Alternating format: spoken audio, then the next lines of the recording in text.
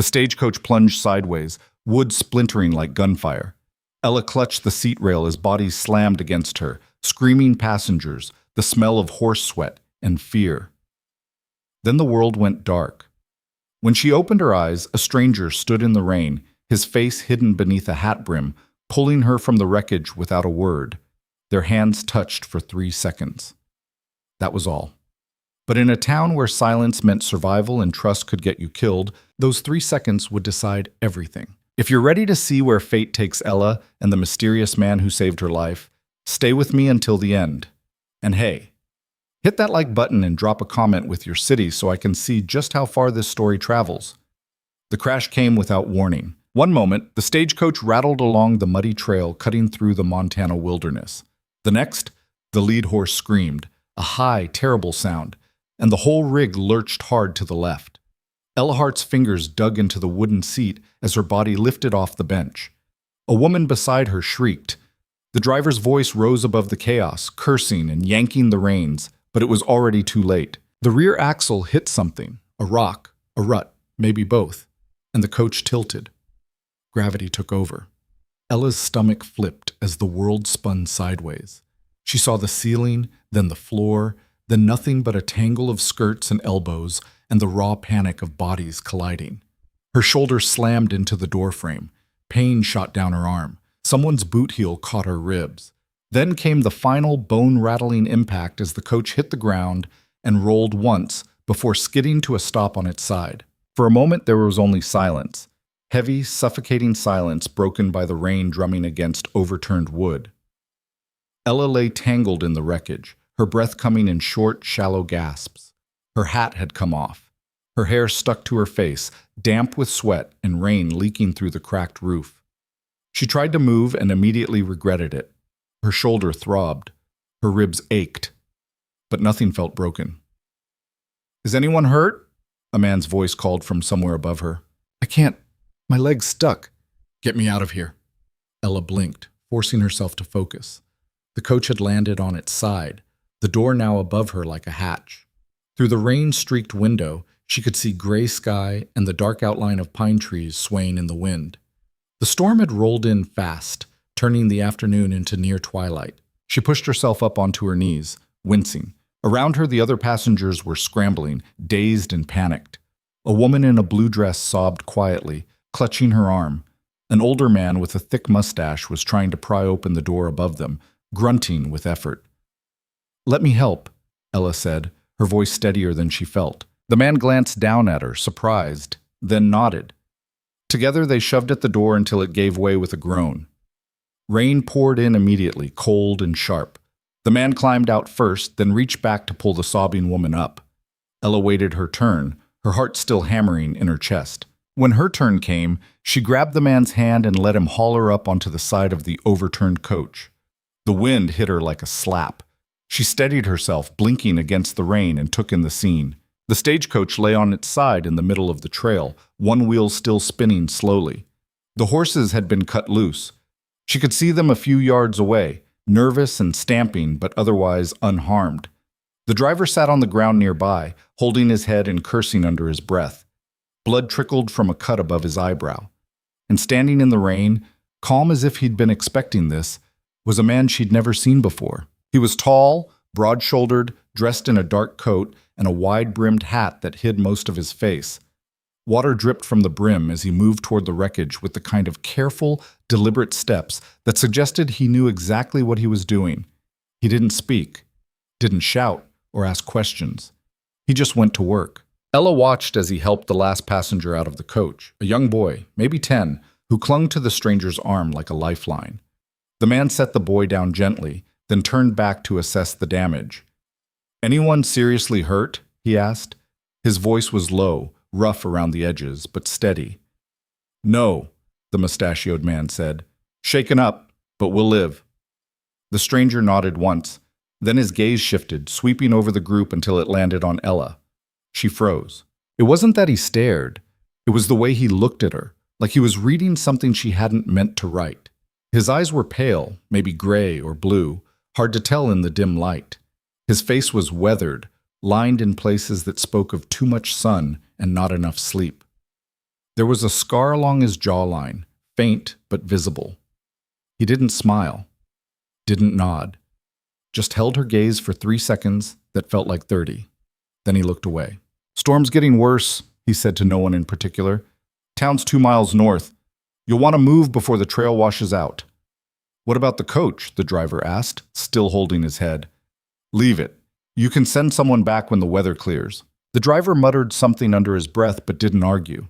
The stranger was already walking toward the horses, checking their legs and harnesses with practiced hands.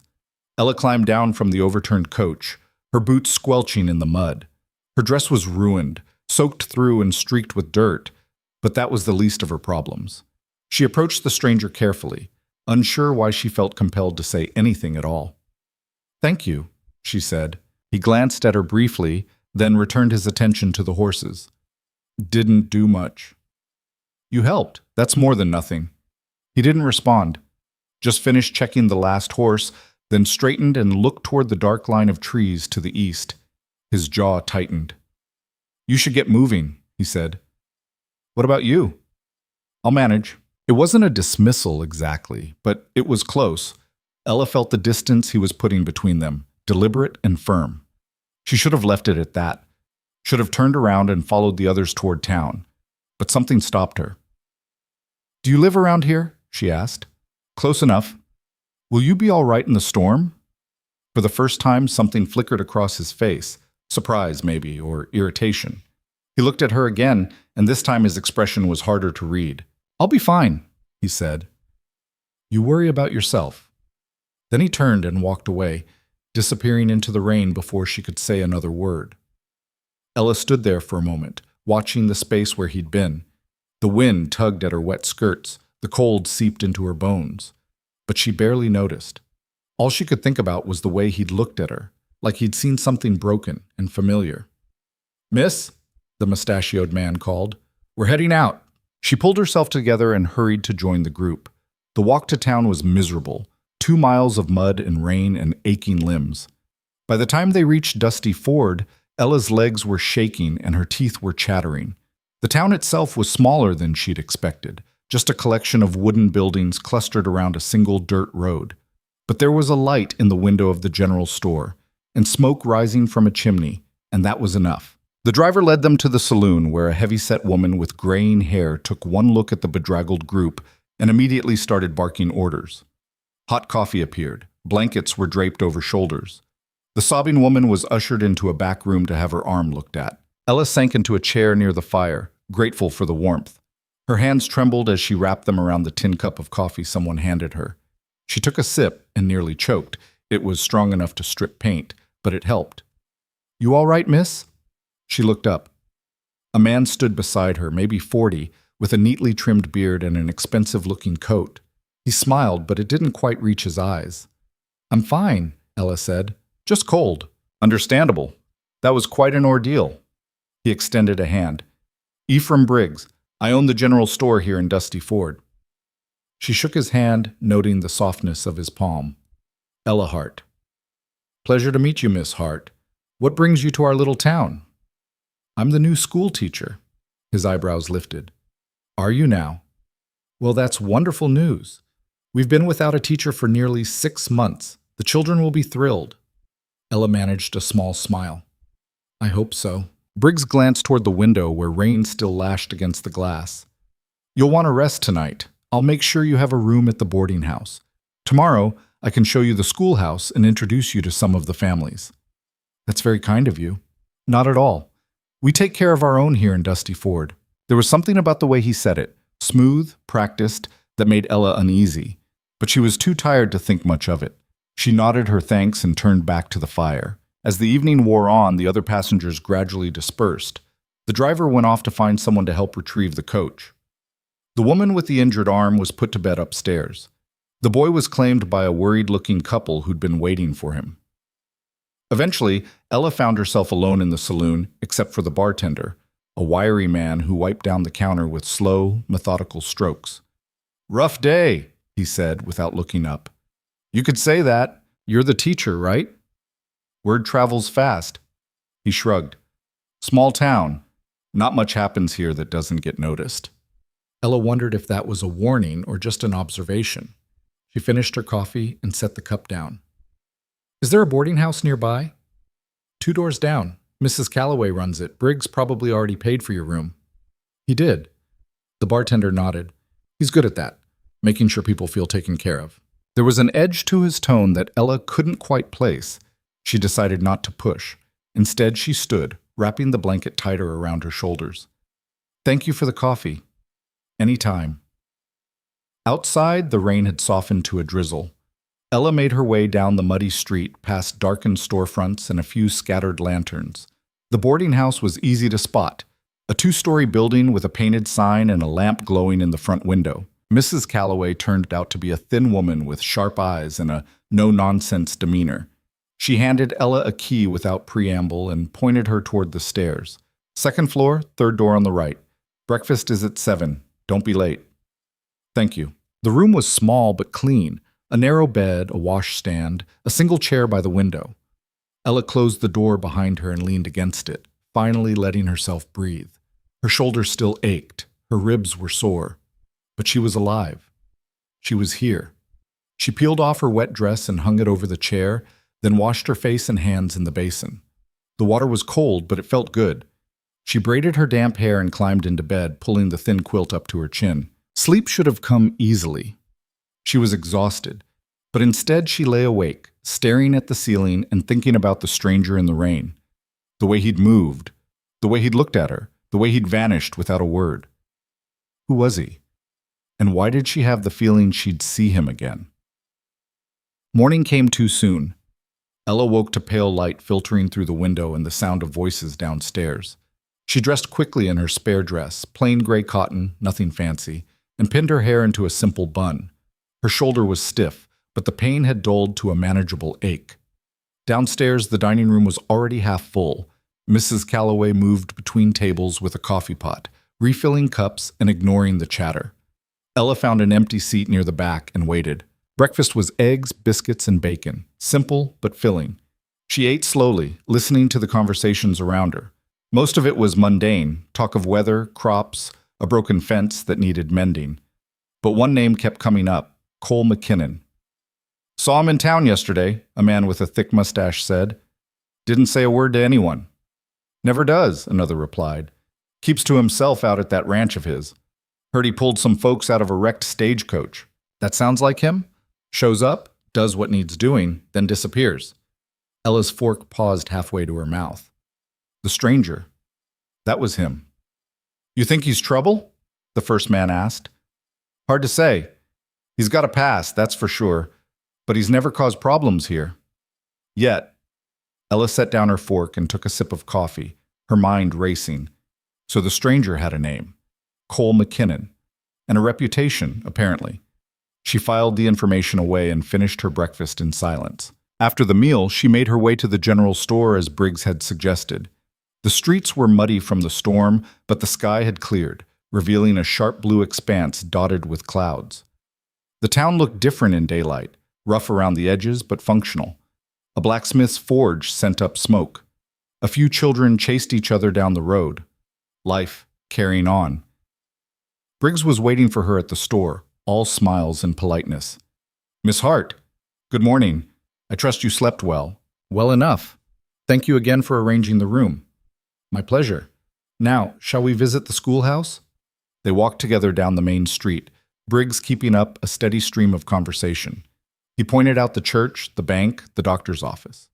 He introduced her to a few of the townsfolk, a blacksmith named Tom, a widow named Mrs. Jensen who ran the bakery, a farmer with 3 children who would be in Ella's class. The schoolhouse sat at the edge of town, a modest building with peeling paint and a sagging porch. Inside, it smelled of dust and old wood. There were rows of desks, a chalkboard, a stove in the corner. It wasn't much, but it was hers. We'll get it cleaned up for you, Briggs said. And if you need supplies, books, slates, anything, just let me know. I'll make sure you have what you need. That's very generous. We want our children to have the best education possible. Ella nodded, though something about his tone still bothered her. It was too smooth, too rehearsed, like he was selling her something she hadn't asked to buy. When do classes start? She asked. Next Monday. That gives you a few days to settle in and prepare. I'll be ready, Briggs smiled. I have no doubt. They spent another hour going over details, schedules, expectations, the names of the families whose children would attend. By the time they finished, Ella's head was spinning, but she was also excited. This was what she'd come here for, a fresh start, a chance to leave the past behind. As they stepped back onto the porch, Briggs paused. One more thing, Miss Hart. If you ever need anything at all, don't hesitate to ask. I consider it my responsibility to look after the people of this town. I appreciate that. Good. He tipped his hat. I'll leave you to it then. Welcome to Dusty Ford. He walked away and Ella stood on the porch for a moment, looking out at the town. It was quiet, peaceful even. But there was something underneath that peace, something she couldn't quite name. A tension, maybe? Or a secret. She shook off the thought and went back inside to start cleaning. The next few days passed in a blur of activity. Ella scrubbed floors, washed windows, organized books. The townsfolk were friendly enough, though a few kept their distance. She learned quickly who the key players were. Briggs, who seemed to have his hands in everything. Sheriff Pike, a tall man with a permanent scowl and a badge that looked too shiny to have seen much use. And the bartender, whose name she learned was Sam, and who seemed to know more than he let on. But it was Cole McKinnon who occupied her thoughts more than she wanted to admit. She didn't see him again in those first few days, but she heard his name often enough. He owned a ranch outside town, people said, kept cattle and horses, worked hard, stayed out of trouble. But there was always a pause before they said his name, like they were weighing whether to say more. On the third day, Ella decided to take a walk. She needed air, and the schoolhouse was as clean as it was going to get.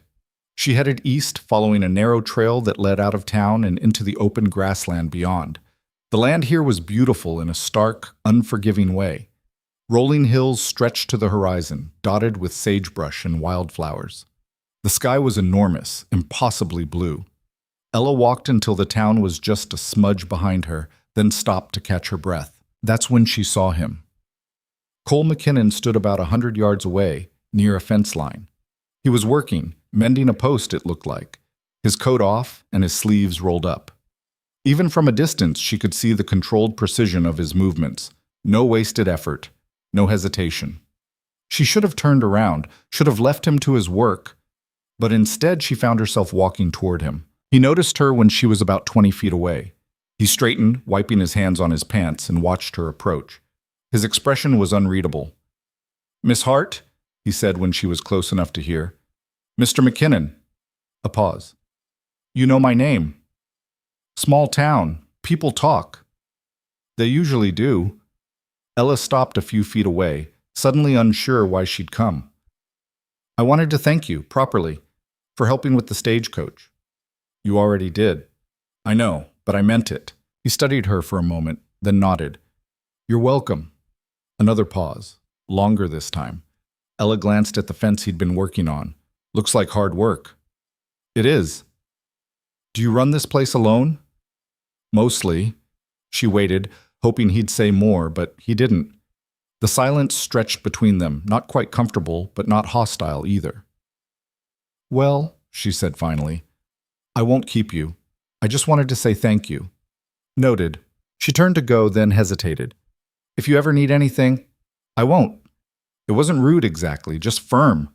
Ella nodded and started walking back toward town. She'd made it maybe 10 steps when his voice stopped her. "Miss Hart." She turned. "Be careful in town," he said. "What do you mean?" "Just be careful." He didn't elaborate, just picked up his hammer and went back to work, leaving Ella standing there with more questions than answers. She walked back to town slowly, turning his words over in her mind. Be careful. Of what? Or who? By the time she reached the boarding house, the sun was setting, painting the sky in shades of orange and red. Ella stood on the porch and looked back toward the open land where, somewhere out there, Cole McKinnon was still working alone. And she realized, with a strange mix of unease and curiosity, that this town had more secrets than she'd bargained for. Monday morning arrived with a crispness that made Ella's breath fog in the air as she walked to the schoolhouse. She'd spent the weekend preparing lesson plans, arranging desks, and trying not to think too much about Cole McKinnon's warning. Be careful. The words had lodged themselves somewhere in the back of her mind, surfacing at odd moments when she was trying to focus on other things. The children started arriving just before 8. They came in small clusters, siblings mostly, holding hands or shoving each other playfully. Ella stood at the door and greeted each one, learning names as quickly as she could. There was Mary Jensen, the baker's daughter, with freckles and braids, the Hartwell boys, twins who looked identical except for a scar on one's chin. A quiet Chinese girl named Lin, who kept her eyes down and stayed close to her older brother. By the time the bell rang, Ella had 14 students ranging from 6 to 13 years old. The first day went smoother than she'd expected. The children were curious, testing boundaries, but not pushing too hard. Ella kept the lessons simple: reading, arithmetic, a bit of geography. When the afternoon sun started slanting through the windows, she dismissed them and watched as they scattered toward home, their voices carrying across the empty street. She was wiping down the chalkboard when the door opened behind her. "Miss Hart?" Ella turned. A woman stood in the doorway, maybe 35, wearing a faded dress and holding a basket covered with a cloth. Her face was kind but tired, lines etched around her eyes. "I'm Sarah Hartwell," the woman said. "My boys are in your class." "Of course, they did well today," Sarah smiled, though it didn't quite erase the weariness. "They can be a handful. I hope they weren't trouble." "Not at all." "Good." Sarah stepped inside, glancing around the room. "I brought you something, just some bread and preserves. Welcome to town, I suppose." She set the basket on Ella's desk. The gesture was simple, but there was something about it that made Ella's throat tighten. Kindness, offered without expectation. "Thank you," Ella said. "That's very thoughtful." Sarah nodded, then hesitated. "Can I ask you something?" "Of course." "Did Ephraim Briggs help you get settled?" Ella's guard went up slightly. "He did. He's been very helpful." "I'm sure he has." Sarah's expression shifted, something careful sliding into place. "Just be mindful. Briggs likes to make himself indispensable. It's not always without strings." It was the second warning in less than a week. Ella studied Sarah's face, trying to read what wasn't being said. "What kind of strings?" Ella asked. Sarah looked toward the window, watching the empty street. "He owns half this town, one way or another. The store, the bank, property, people owe him, and he's got a way of making sure they remember it. I don't owe him anything. Not yet, but he'll work on that." Sarah turned back to her. "I'm not saying don't trust him. I'm just saying watch yourself. Know what you're agreeing to before you agree." Ella nodded slowly. "I appreciate the warning." "Good." Sarah managed another small smile. "My husband works for Briggs at the lumber mill, so I can't say much, but I wanted you to know. You seem like a decent person, and decent people don't always last long here if they're not careful." She left before Ella could ask what that meant. Ella stood alone in the schoolhouse, staring at the basket of bread. The town was starting to feel less like a fresh start and more like a puzzle with pieces she couldn't see yet. She wrapped the bread carefully and locked the door behind her. The walk back to the boarding house took her past the saloon, where a few men sat on the porch drinking. One of them called out a greeting, and Ella nodded politely without stopping. She'd learned quickly that lingering invited conversation she didn't always want. That evening, she sat in her room and tried to write a letter to her sister in Ohio. The pen hovered over the paper for a long time before she finally wrote, "I've arrived safely. The town is small, but the work is good. Don't worry about me." She didn't mention the stagecoach crash, didn't mention Cole McKinnon, or the warnings, or the uneasy feeling that had taken root in her chest. Her sister had enough to worry about. The next few weeks settled into a rhythm. Ella taught during the day, prepared lessons in the evening, and tried to carve out a life that felt normal. The children warmed to her. Parents stopped by occasionally to check on their progress or drop off small gifts, eggs, vegetables, once a hand-sewn apron. Ella began to feel like she might actually belong here. But the tension underneath never quite went away. She noticed things. The way certain families avoided the general store, walking an extra quarter-mile to buy supplies from a smaller shop that had less selection. The way Sheriff Pike seemed to spend more time loitering than patrolling, his eyes always watching.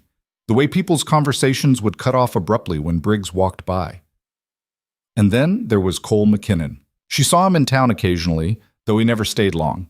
He'd ride in on a sturdy roan horse, tie up outside the blacksmith or the feed store, conduct his business in silence, and leave. People gave him space, not out of fear exactly, but something close to it. Respect, maybe, or uncertainty. Ella found herself watching for him without meaning to. She told herself it was just curiosity, but that wasn't quite true. There was something about him that felt familiar in a way she couldn't explain, like recognizing a scar you didn't know you had. One afternoon in late October, Ella was walking back from the post office when she saw him outside the blacksmith's shop. He was talking to Tom, the blacksmith, gesturing toward his horse's left front hoof. Tom knelt down to examine it, running his hands along the leg. Ella slowed her pace, close enough to hear, but not close enough to intrude. "Might be a stone bruise," Tom said. "I can shoe her, but she needs rest." "How long?" "Few days at least." Cole nodded, his jaw tight. He didn't look happy about it, but he didn't argue. Tom stood and wiped his hands on his apron. "You can leave her here. I'll take care of it." "Appreciate it." Cole turned to leave and nearly walked straight into Ella. He stopped short, his eyes widening slightly before his expression smoothed back into neutrality. "Miss Hart." "Mr. McKinnon." They stood there for a moment, an awkward standoff on the dusty street. Ella felt heat rise to her cheeks, embarrassed at being caught so obviously lingering. "How's the teaching going?" he asked, which surprised her. He'd never shown interest in small talk before. "It's going well. The children are bright." "That's good." Another pause. Ella searched for something to say that didn't sound ridiculous. "Your horse all right?" she asked. "She will be. Just needs time." "That must be inconvenient." "I've walked farther." He glanced past her toward the edge of town, then back. "You settling in okay?" "I think so." "Good." He shifted his weight, clearly ready to end the conversation, but then hesitated. "You had any trouble?" Ella thought about the warnings, the uneasy feeling, Briggs's too smooth smile. "Not really. Why?" "Just asking. People keep telling me to be careful," Ella said before she could stop herself. "You included, but no one will tell me what I'm supposed to be careful of." Cole's expression darkened slightly. He glanced around, making sure they weren't being overheard. When he spoke again, his voice was lower. "This town has two kinds of people," he said.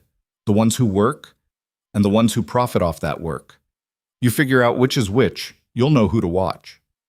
"And which one are you?" His mouth twitched, almost a smile. "I work." "What about Briggs?" "You're smart. You'll figure it out." He tipped his hat and walked away before she could press further. Ella watched him go, frustration and curiosity warring in her chest. Everyone in this town talked in half-sentences and vague warnings. Nobody said anything straight. That night she lay awake listening to the wind rattle the windows. Somewhere out there, Cole McKinnon was walking back to his ranch in the dark. And somewhere closer, Ephraim Briggs was probably counting his money and planning his next move. Ella pulled the quilt tighter and tried not to think about what side of that divide she was supposed to land on. The answer came sooner than she expected. It was a Thursday afternoon, nearly a month after she'd started teaching. Ella had just dismissed the children when Briggs appeared in the doorway, carrying a wooden crate. "Miss Hart," he said warmly, "I hope I'm not interrupting." "Not at all. Classes are done for the day." He set the crate on her desk with a soft thud. "I brought you some new books. Thought the children might enjoy them." Ella opened the crate and found a dozen primers, all in good condition. Geography, history, even a few storybooks. They must have cost a small fortune. "This is very generous," she said, though the familiar unease was back. "Nonsense. It's an investment in the town's future." Briggs leaned against the desk, his posture casual. "I've been hearing good things about your teaching. The parents are impressed." "I'm glad. In fact, I've been thinking." He paused, letting the moment stretch. "There's a dinner at my home this Saturday evening. Just a small gathering of the town's more prominent citizens. I'd be honored if you'd attend." Ella's instinct was to decline, but she hesitated. Refusing outright might cause problems, and she couldn't afford to make enemies here. Not yet. "That's very kind of you," she said carefully. "But I wouldn't want to impose." "You wouldn't be imposing at all. In fact, I insist. His smile widened, but his eyes stayed flat. It would be good for you to meet the people who keep this town running, make connections. There it was, the string Sarah had warned her about. Ella forced herself to smile back. Then I'd be happy to attend.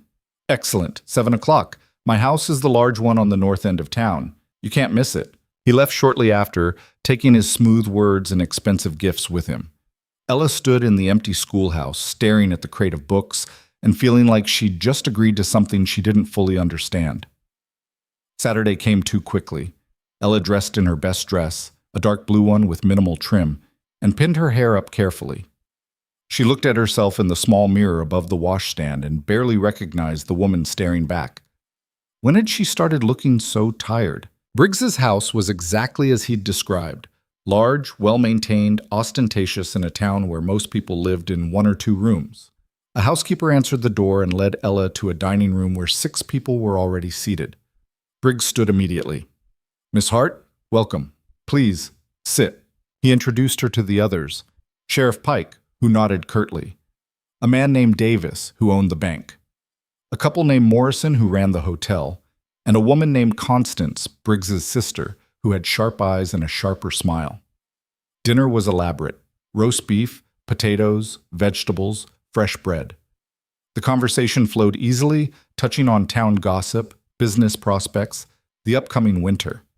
Ella mostly listened, answering questions when asked but otherwise staying quiet. It wasn't until dessert that the real purpose of the evening became clear. "We've been discussing expansion," Briggs said, setting down his fork. "The town is growing, and we need to grow with it. More businesses, more infrastructure. A proper school building, for instance." Ella's attention sharpened. The current schoolhouse seems adequate. For now, perhaps. But imagine what we could do with a real building. 2 rooms, proper desks, a library.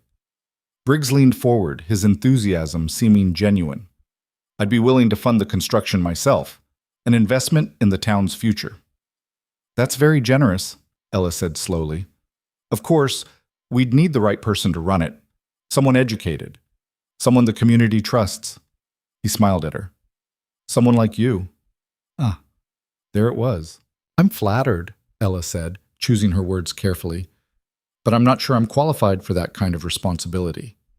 "Don't sell yourself short. You've already proven yourself capable." Briggs glanced at the others, who all nodded in agreement.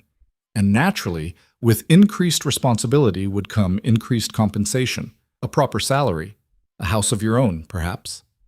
It was a good offer, a smart offer, and it came with a hook buried so deep she could almost feel it sinking in. "I'd need time to think about it," Ella said. Briggs's smile didn't waver. "Of course. Take all the time you need." But the way he said it made clear that refusing wasn't really an option he'd considered. The rest of the evening passed in a blur. Ella made polite conversation, thanked Briggs for his hospitality, and left as soon as she could without seeming rude. The walk back to the boarding house was cold, the night air biting through her shawl. She felt trapped.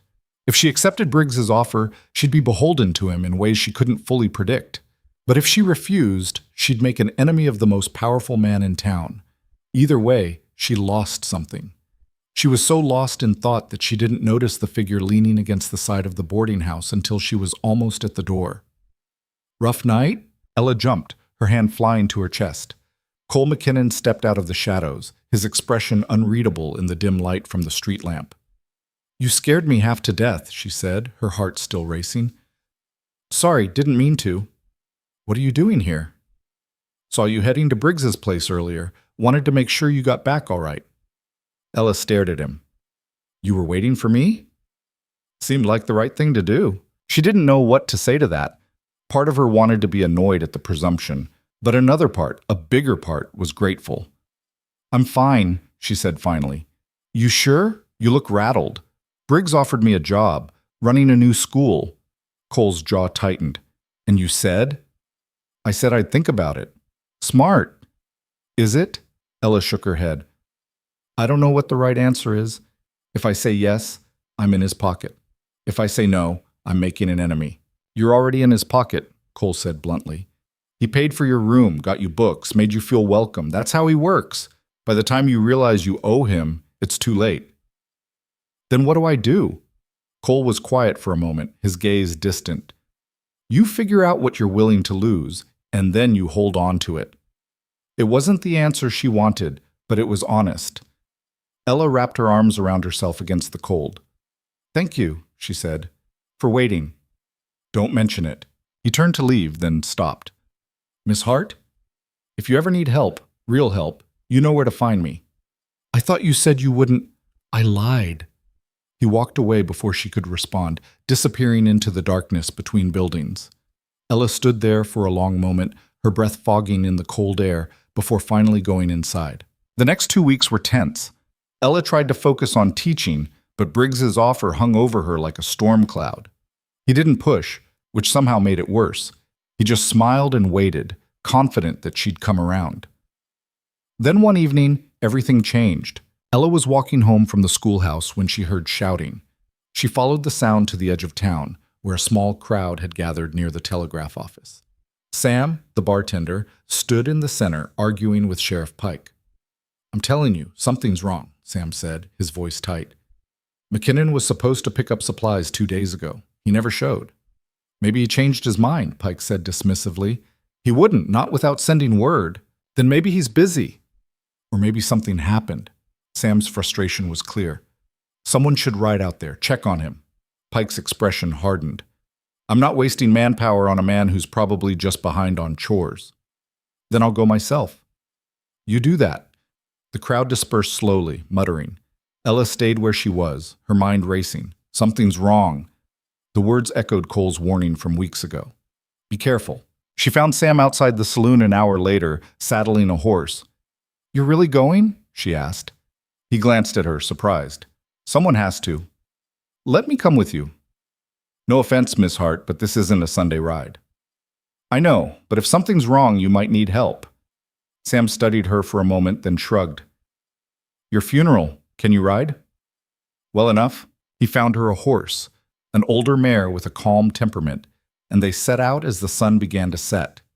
The ride to McKinnon's ranch took nearly an hour, the trail winding through open grassland that turned gold in the fading light. When they crested the final hill, Ella's breath caught. Smoke. Not the light smoke of a cooking fire, but thick, dark columns rising from multiple points. Sam swore and kicked his horse into a gallop. Ella followed, her heart pounding. The ranch came into view, a small house, a barn, a few outbuildings, or what was left of them. The barn was fully engulfed, flames licking at the sky. The house was damaged, one wall blackened and partially collapsed. And in the yard, bodies. No, not bodies. Men. Hurt, but alive. Sam dismounted and ran toward them. Ella followed, her hand shaking. There were 3 men, all on the ground. One was unconscious, blood matting his hair. Another clutched his arm, his face pale.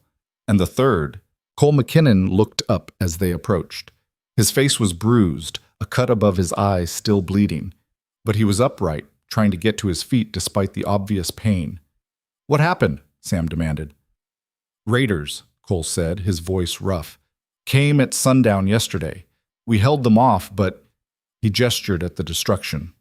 How many? 6, maybe 7. Pike needs to know about this. Cole's laugh was bitter. Pike knows. The words hung in the air, heavy with implication. Sam's expression shifted, understanding dawning. You're saying... I'm not saying anything. Cole finally made it to his feet, swaying slightly. I'm saying help me get my men inside before they bleed out. Between the 3 of them, they managed to move the injured men into what remained of the house. Ella tore strips from her petticoat to make bandages, her hands steady despite her racing heart. Cole directed them with clipped efficiency, his own injuries apparently forgotten. It took hours. By the time they'd done what they could, the moon was high and the barn had burned down to smoldering embers. Ella sat on the porch steps, exhausted and covered in soot and blood. Sam came out and sat beside her. You did good, he said. Will they be all right? Probably. The worst one might lose his arm, but he'll live. Ella looked toward the ruins of the barn. Why would anyone do this? You'd have to ask them. Sam, he sighed. McKinnon's land sits on the best water access for 50 miles. Briggs has been trying to buy it for years. Cole won't sell. The pieces clicked into place. So Briggs sent men to force him out. I didn't say that, but that's what you're thinking. Sam didn't answer. He didn't need to. Cole emerged from the house, moving stiffly. He looked at Ella, then at Sam. You should go, he said. It's not safe here. We're not leaving you alone, Sam said. I'm not alone. I've got 2 men who can still shoot if it comes to it. Cole, go, please. There was something in his voice, not quite desperation, but close, that made Sam nod reluctantly. They rode back in silence, the night pressing close around them. When they reached town, Ella dismounted and handed the reins back to Sam. Her whole body ached, her dress was ruined, and her mind couldn't stop turning over what she'd seen. Thank you, Sam said, for coming, for helping. I didn't do much. You did more than most would. Ella nodded and walked toward the boarding house. She was halfway there when she remembered the telegraph office. An idea formed, reckless and half-formed, but she couldn't shake it. The telegraph operator was just locking up when she arrived. Miss Hart, bit late for messages. I need to send one. It's urgent. He hesitated, then unlocked the door. Go ahead. Ella stepped inside and scribbled on a piece of paper. Raid on McKinnon Ranch. Multiple injured. Sheriff Pike aware. Request marshal assistance. She signed it and handed it over. The operator read it, his eyebrows rising. You sure about this? Yes? This'll cause trouble. I know. He sent it anyway, the telegraph key clicking in the quiet office. When he finished, he looked at her seriously. You might want to be scarce for a few days. Briggs won't like this. I'll manage. Ella walked back to the boarding house, her heart pounding. She just declared a side in a fight she barely understood. But watching Cole McKinnon try to stand despite broken ribs and a bleeding head, watching him protect his men even when it cost him everything, she couldn't stand by and do nothing. Whatever came next, she'd face it. But she wouldn't be careful anymore. The trouble came faster than Ella expected. She woke the next morning to find Mrs. Calloway standing in her doorway, face pinched tight. Sheriff Pike's downstairs, says he needs to speak with you. Ella's stomach dropped, but she kept her voice steady. Tell him I'll be down in 5 minutes. She dressed quickly, fingers fumbling with the buttons on her gray dress. Her reflection in the mirror showed a woman who looked calm, composed. It was a lie, but a useful one. She pinned her hair up, straightened her shoulders, and went downstairs. Pike stood in the parlor, hat in hand, but there was nothing polite about his posture. 2 other men flanked him. Deputies, both wearing badges that looked just as new and shiny as Pike's. Miss Hart, Pike said. His voice was flat, official. I understand you rode out to the McKinnon place last night. I did. That was foolish. Could have gotten yourself killed. Mr. McKinnon and his men needed help. Pike's jaw tightened. That's not your concern. You're a school teacher, not a doctor. I'm a person who saw other people bleeding. I did what anyone would do. And then you sent a telegraph to the territorial marshal. Pike took a step closer. That's interfering with official business. Ella met his gaze. What official business? You refused to check on him when Sam asked. Someone had to do something. You had no right. I had every right. This is still a free territory, last I checked. The words came out sharper than she'd intended, but she didn't take them back. Pike's face darkened. One of the deputies shifted his weight, hand drifting toward his gun. You're new here, Miss Hart, Pike said slowly. So I'll give you some advice. Stay out of matters that don't concern you. Focus on your students. Leave law enforcement to those who understand how things work. Is that a threat? It's friendly counsel. It doesn't sound friendly. Pike studied her for a long moment, then settled his hat back on his head. You should be careful who you align yourself with. Cole McKinnon's got a past that'd make your skin crawl. He's not the hero you think he is. I never said he was a hero. I said he was hurt and needed help. Just remember what I told you. Pike turned and left, his deputies following. The front door closed with a heavy thud. Ella stood in the empty parlor, her hands shaking now that the confrontation was over. Mrs. Calloway appeared from the kitchen, drying her hands on her apron. You all right? The older woman asked. Fine. That was brave. Stupid maybe, but brave. Ella managed a weak smile. I'm not sure there's much difference. She skipped breakfast, her stomach too tight to eat, and walked to the schoolhouse early. The morning air was cold, frost glittering on the grass. The town looked peaceful, almost pretty in the early light. But Ella couldn't shake the feeling that she'd just stepped over a line she couldn't uncross. The children arrived as usual, oblivious to the tension simmering beneath the surface. Ella threw herself into teaching, grateful for the distraction. They practiced arithmetic, read passages from their primers, debated whether rain came from clouds or the sky itself. The twins got into an argument about who was older by 2 minutes, and Mary Jensen asked if they could study butterflies next spring. Normal, safe, simple. But during the lunch break, while the children ate outside, Sarah Hartwell appeared at the door. Her face was drawn, anxious. "I heard about last night," Sarah said without preamble. Word travels fast. "It always does. Ella, can I call you Ella?" "Of course." Sarah glanced toward the children playing in the yard, then lowered her voice. "You need to be very careful now. Pike works for Briggs. Everyone knows it, but no one says it out loud. And if you've made Pike angry—" "I know. Do you?" "Because people who cross Briggs tend to leave town, or worse." Ella thought about the burned barn, the injured men. "I'm not leaving." "Then watch your back. And don't trust anyone you haven't known for years, not even people who seem friendly." Sarah left before Ella could ask if that included her.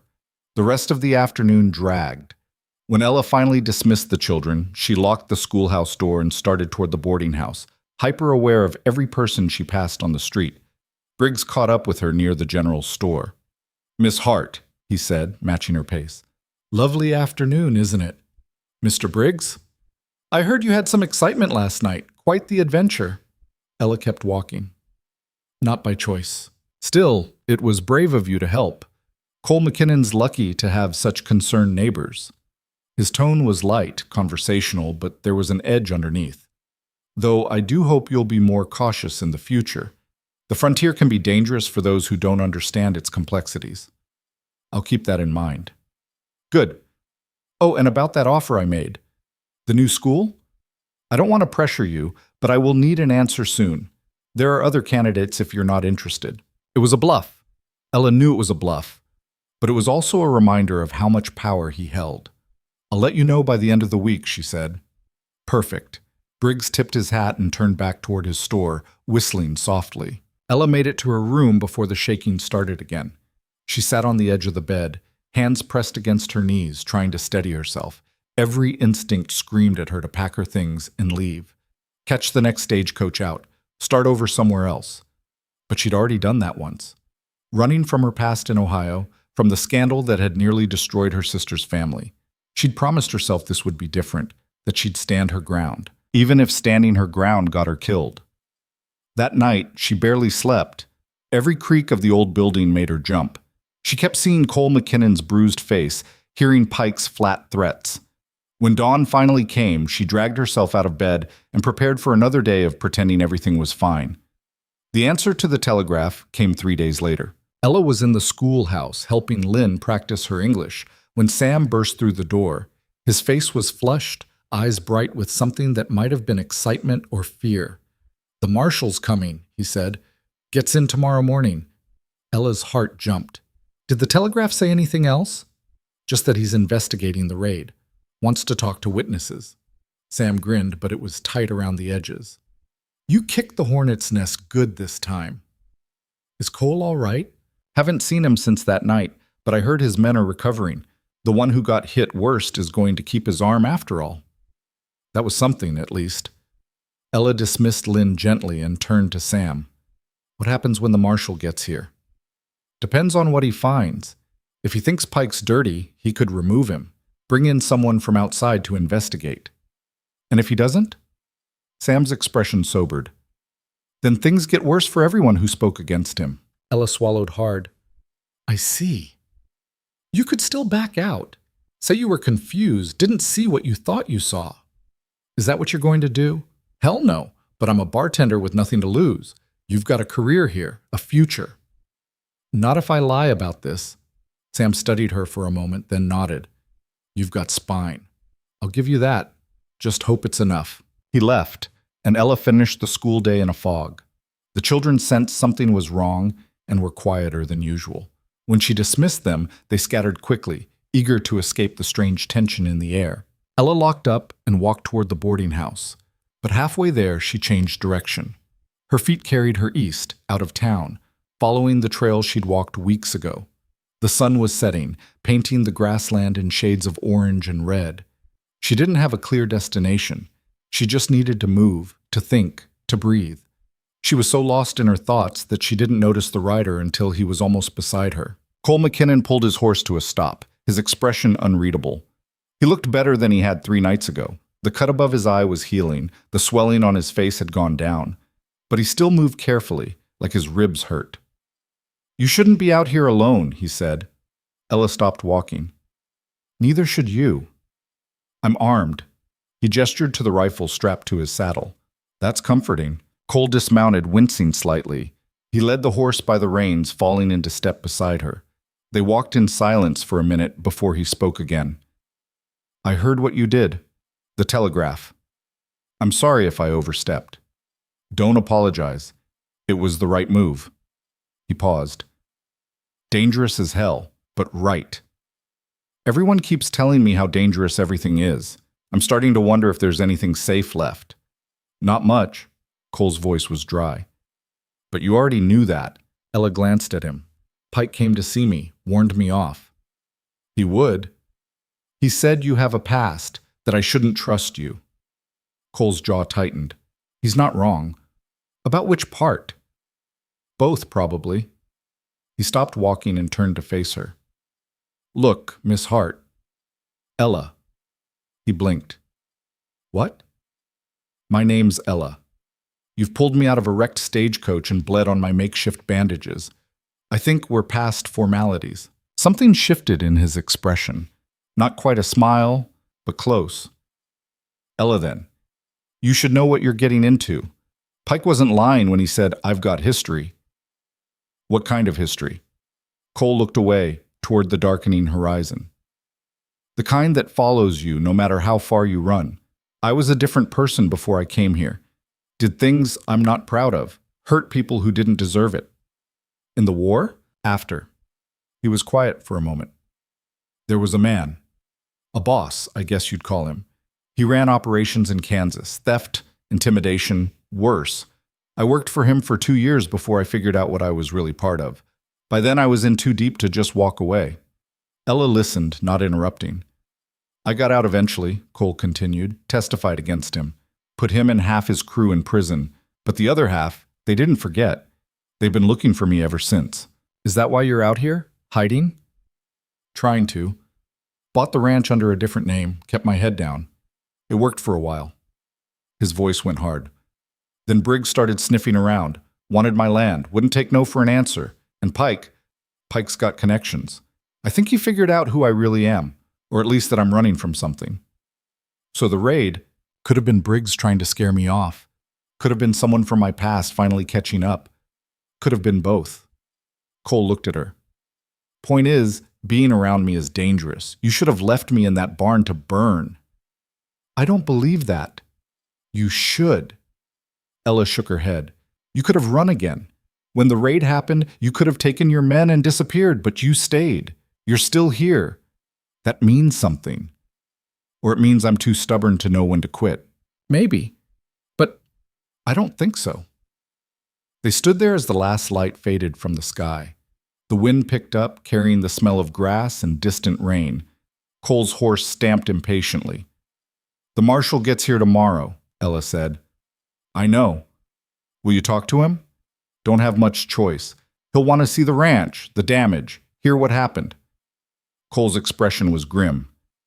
"Question is whether Pike gets to him first." "What do you mean?" "Pike's had 3 days to shape the story, make me look like the problem. Say I provoked the attack, or that it was just a dispute between ranchers that got out of hand. If the marshal believes him, then we tell him the truth. Your truth against Pike's word? Against Briggs's money?" Cole shook his head. "That's not a fight you can win." "So we just give up?" "I didn't say that." Ella studied his face in the gathering darkness. "Then what are you saying?" Cole was quiet for a long moment. When he finally spoke, his voice was low, careful. "I'm saying, be ready for things to get worse before they get better. And if it comes down to it, if Pike or Briggs come after you, you run. You hear me? You don't try to be brave, you just run. I'm not good at running. Learn. He mounted his horse in one smooth motion, despite the obvious pain it caused. Get back to town before it's full dark. And Ella? Yes? Thank you. For the telegraph. For helping my men, for... He stopped, seeming to search for words. For not looking at me like I'm already dead. He rode off before she could respond, disappearing into the twilight. Ella stood alone on the empty trail, her heart doing complicated things in her chest. She walked back to town slowly, thinking about everything Cole had told her, about the past that followed him, about the danger that surrounded them both now. She should have been terrified, should have been packing her bags. Instead, she felt something closer to resolve. The marshal arrived at 9 the next morning on a mud-splattered horse, looking tired and irritated. He was older than Ella expected, maybe 50, with gray in his beard and eyes that missed nothing. His name was William Garrett, and he didn't waste time on pleasantries. Pike met him at the edge of town, all false smiles and cooperation. Ella watched from the schoolhouse window as they talked, Pike gesturing broadly, playing the concerned lawman. Garrett's face stayed neutral, giving nothing away. An hour later, a deputy came to the schoolhouse. Marshal wants to talk to you, Miss Hart. Says you witnessed the aftermath of the raid. Ella dismissed the children early and followed the deputy to the saloon, where Garrett had set up a makeshift office. Sam was there, along with Tom the blacksmith, and a few others who'd helped that night. Cole sat in the corner, arms crossed, face carefully blank. Garrett gestured for Ella to sit. Miss Hart, I understand you were one of the first people to reach the McKinnon Ranch after the attack. I was. Sam and I rode out together. Tell me what you saw. Ella described everything, the smoke, the burning barn, the injured men, Cole's condition. She kept her voice steady, factual. Garrett took notes, occasionally asking for clarification. And what was Mr. McKinnon's explanation for the attack? Garrett asked. He said raiders. 6 or 7 men. They came at sundown. Did he identify any of them? He didn't say. Garrett made another note, then looked at Cole. That true? Yes, sir. You didn't recognize any of the attackers? Cole hesitated just a fraction of a second. It was dark. They wore bandanas. But you have suspicions. I have suspicions about a lot of things. Doesn't make them facts. Garrett's eyes narrowed. Mr. McKinnon, I've been doing this job for 20 years. I know when someone's holding back. If you know who did this, I know what I saw. Armed men attacking my property. That's all I can testify to. The tension in the room thickened. Garrett drummed his fingers on the table, thinking. Finally, he turned to Pike, who stood near the door trying to look unconcerned. Sheriff, what's your investigation shown so far? Pike cleared his throat. Well, Marshal, it's a complicated situation. McKinnon's had disputes with some of the other ranchers in the area. Boundary lines, water rights, that sort of thing. It's possible one of them decided to settle things the hard way. You have evidence of that? Not hard evidence, no, but there's been talk. Talk. Garrett's tone was flat. I need more than talk, Sheriff. I understand that, sir, but without witnesses willing to identify the attackers, or maybe, Sam interrupted from across the room, you haven't been looking very hard. Pike's face went red. You want to be careful what you're implying, Sam. I'm not implying anything. I'm saying it straight. You've done damn near nothing since the raid happened. That's not true. Really? Because I asked you to check on Cole 2 days before the attack. You refused. Then when it happens, you don't ride out until the next afternoon. What kind of law enforcement is that? Garrett held up a hand. Gentlemen, let's keep this civil.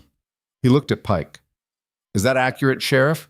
You delayed responding to the scene? Pike's jaw worked. I had other responsibilities. And like I said, McKinnon's got a history of... What history? Garrett asked sharply. The room went silent. Pike seemed to realize he'd stepped into dangerous territory.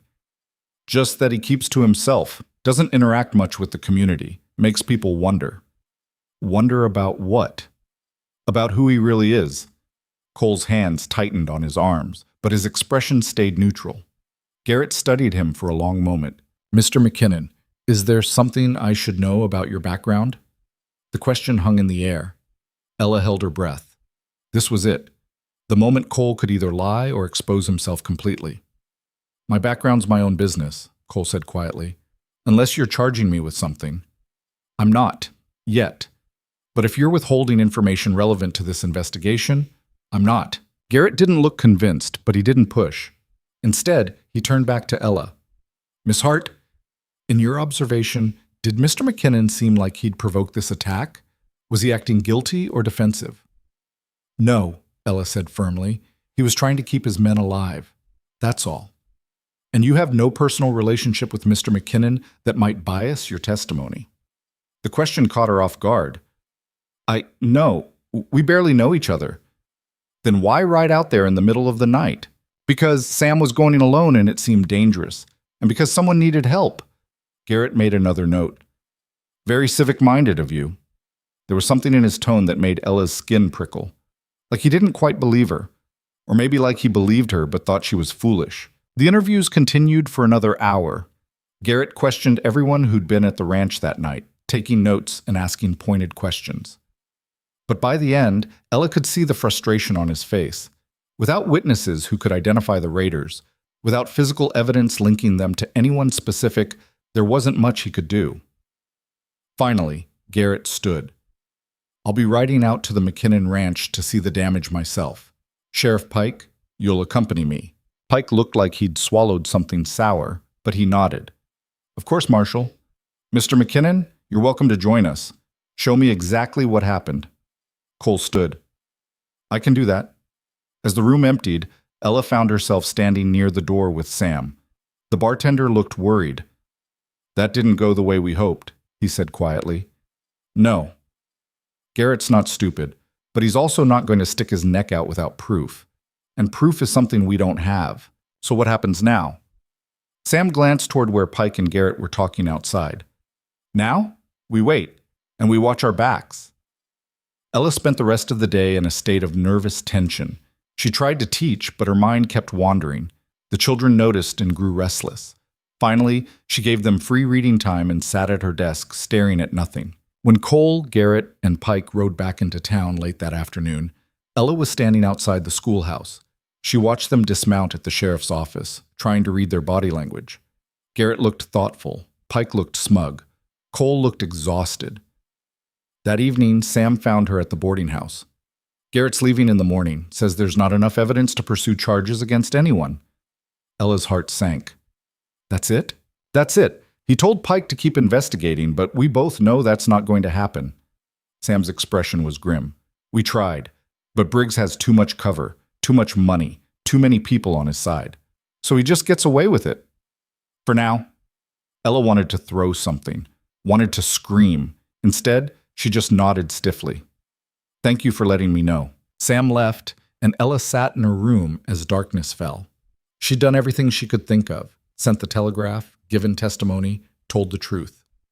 And it hadn't been enough. She was still sitting there when she heard the commotion outside. Shouting, the sound of horses. Ella went to the window and looked out. In the street below, a group of riders, maybe 8 or 10, were gathered outside the saloon. Even in the dim light from the street lamps, she could see they were armed. Her blood went cold. She grabbed her shawl and ran downstairs. Mrs. Calloway was already at the front door, peering out nervously. What's happening? Ella asked. Don't know. But it doesn't look good. Ella pushed past her and stepped outside. The riders were arguing with someone. She couldn't see who at first. Then the crowd shifted and she saw Cole McKinnon standing in the middle of the street, facing them alone. You've got one more chance, the lead rider was saying. His voice was rough, unfamiliar. Sell to Briggs, or we burn what's left. I'm not selling, Cole said. His voice was calm, but Ella could see the tension in his shoulders. Then you're a dead man. The rider's hand moved toward his gun. Ella didn't think. She just moved, striding into the street before anyone could stop her. That's enough, she said, her voice cutting through the tension. Everyone turned to stare at her. The lead rider looked her up and down, amused. This doesn't concern you, lady. I'm making it my concern. You're threatening a man in the middle of town in front of witnesses. Marshal Garrett's still at the hotel. Want me to go get him? The marshal's leaving in the morning. Won't matter what he hears tonight. Maybe. But it'll matter to the territorial governor when I write him a letter detailing everything that's happened here. Every threat, every attack, every corrupt sheriff and bought lawman. Ella took another step forward, her heart hammering but her voice steady. You want to kill Mr. McKinnon? You'll have to kill me, too, and then explain to the authorities why a school teacher ended up dead in your little land dispute. The writer's amusement faded. You're bluffing. Try me. For a long, terrible moment, nobody moved. Ella could feel Cole's eyes on her, could hear her own heartbeat pounding in her ears. The writer's hand hovered near his gun. Then, from behind Ella, other voices rose. She's right. Sam stepped out of the saloon, shotgun in hand. This has gone far enough. Tom the blacksmith appeared from his shop. I'm with them. Sarah Hartwell emerged from the shadows, holding her husband's rifle awkwardly but determined. One by one, townspeople appeared. Not everyone. Not even most. But enough. The lead writer looked around, calculating. Then he spat in the dirt. This isn't over. He wheeled his horse around and the others followed, thundering out of town in a cloud of dust. The street fell silent except for the sound of hoofbeats fading into the distance. Ella's legs went weak. She would have fallen if Cole hadn't caught her arm. That, he said quietly, was the stupidest, bravest thing I've ever seen. I wasn't thinking. Clearly. Sam came over, still holding his shotgun. They'll be back, and next time they won't come to town to do it. Cole nodded grimly. I know. So what do we do? Ella asked. Cole looked at her, something shifting behind his eyes. We set a trap. They gathered in the back room of the saloon an hour later. Cole, Sam, Tom, Sarah, and her husband John, and Ella. The space was cramped, lit by a single lamp that cast long shadows on the walls. Sam locked the door and pulled the curtains closed. All right, Sam said, setting his shotgun on the table. Let's hear this plan. Cole leaned against the wall, arms crossed. He looked tired, the bruises on his face dark in the lamplight. We know they're coming back, question is when and how, so we make it easy for them. Give them a target they can't resist. Your ranch, Tom said. Right, but this time we're ready. We set up positions in what's left of the barn, in the house, behind the fence line. When they come, we're waiting. John Hartwell frowned. That's an ambush. We're not soldiers. No, we're not. But we're out of options. Pike won't help. The marshal's gone. If we don't stop this now, Briggs will keep sending men until someone's dead. Someone might end up dead anyway, John said. Probably us. Maybe. But I'd rather go down fighting than watch them burn everything I've built. Ella had been quiet, listening. Now she spoke up. How do we know when they're coming? They could attack tomorrow or next week. Cole's jaw tightened. That's where it gets tricky. We need bait. Something that makes them move fast before they can plan too carefully. Like what? Sam asked. A message. We make them think I'm leaving, selling out, packing up, make it look like they won. Then they'll come to celebrate, let their guard down. And who's going to deliver this message? Sarah asked. Cole looked at Ella. She felt her stomach drop. No, Sam said immediately. Absolutely not. It has to be her, Cole said. Briggs trusts her, or at least he thinks he does. If Ella goes to him, says she talked me into selling, he'll believe it. He wants to believe she's on his side. You're asking her to walk into the lion's den, Sam said. I'm asking her to help end this. Cole's gaze was steady on Ella. But it's her choice. I won't force it. Everyone turned to look at her. Ella's mind raced. It was dangerous, maybe suicidal. If Briggs suspected she was lying, if he saw through the deception. But if they did nothing, more people would get hurt. Cole would lose everything, and Briggs would keep tightening his grip on the town until there was nothing left but fear and silence. I'll do it, Ella said. Ella, Sam started. I'll do it, she repeated more firmly. But we do this smart. I don't just walk in and tell him. That'll seem suspicious. I need a reason to be there, something that makes sense. Cole nodded slowly. What are you thinking? The school, the offer he made me. I go to him, say I've thought it over. I want to accept. But I'm worried about the violence in town. I mentioned that I spoke to you, tried to convince you that selling was the safest option for everyone. Make it seem like I'm trying to protect my investment. Tom whistled low.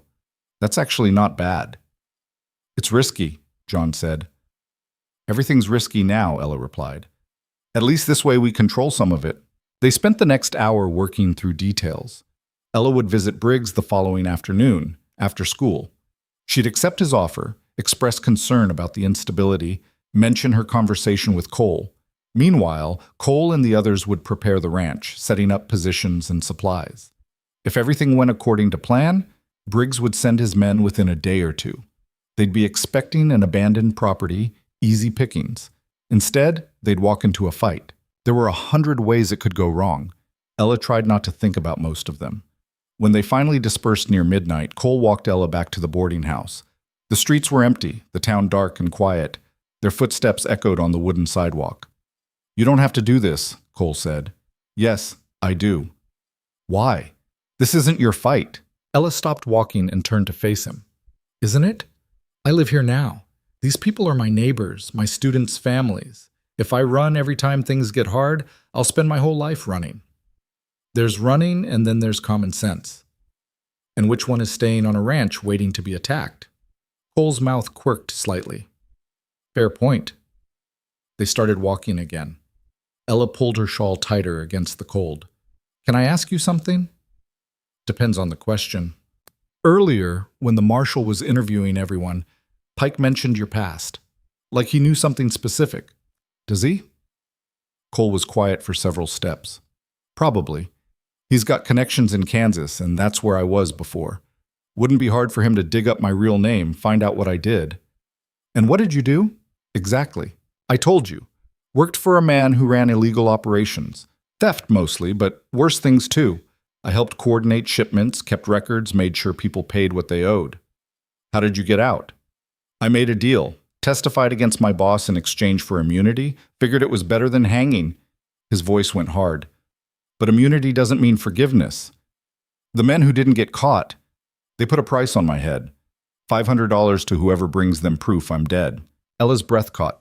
"That's why you're so careful." "That's why I should have left the moment Briggs started circling, but I was stupid enough to think I could build something here. Put down roots. Turns out roots just make you easier to find." They'd reached the boarding house. Ella stopped at the bottom of the steps, looking up at him. "You're not stupid. And you deserve to have a home. Everyone does.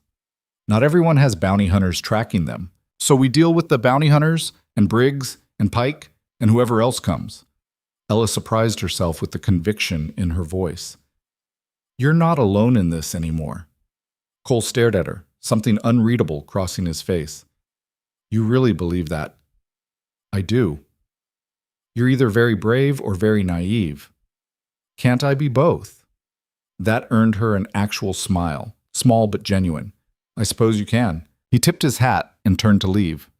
Ella watched him walk away into the darkness, then climbed the steps to her room. She didn't sleep much that night. Every time she closed her eyes, she saw the lead rider's hand moving toward his gun, heard the click of hammers being cocked. But she also saw the townspeople stepping forward, standing beside her. Not everyone. Not even most. But enough. Maybe enough was all they needed. The next day crawled by. Ella taught geography and spelling, her mind only half present. The children sensed her distraction and grew rowdy. Mary Jensen knocked over an inkwell. The twins got into a shoving match, and Lynn spent most of the afternoon staring out the window instead of practicing her letters.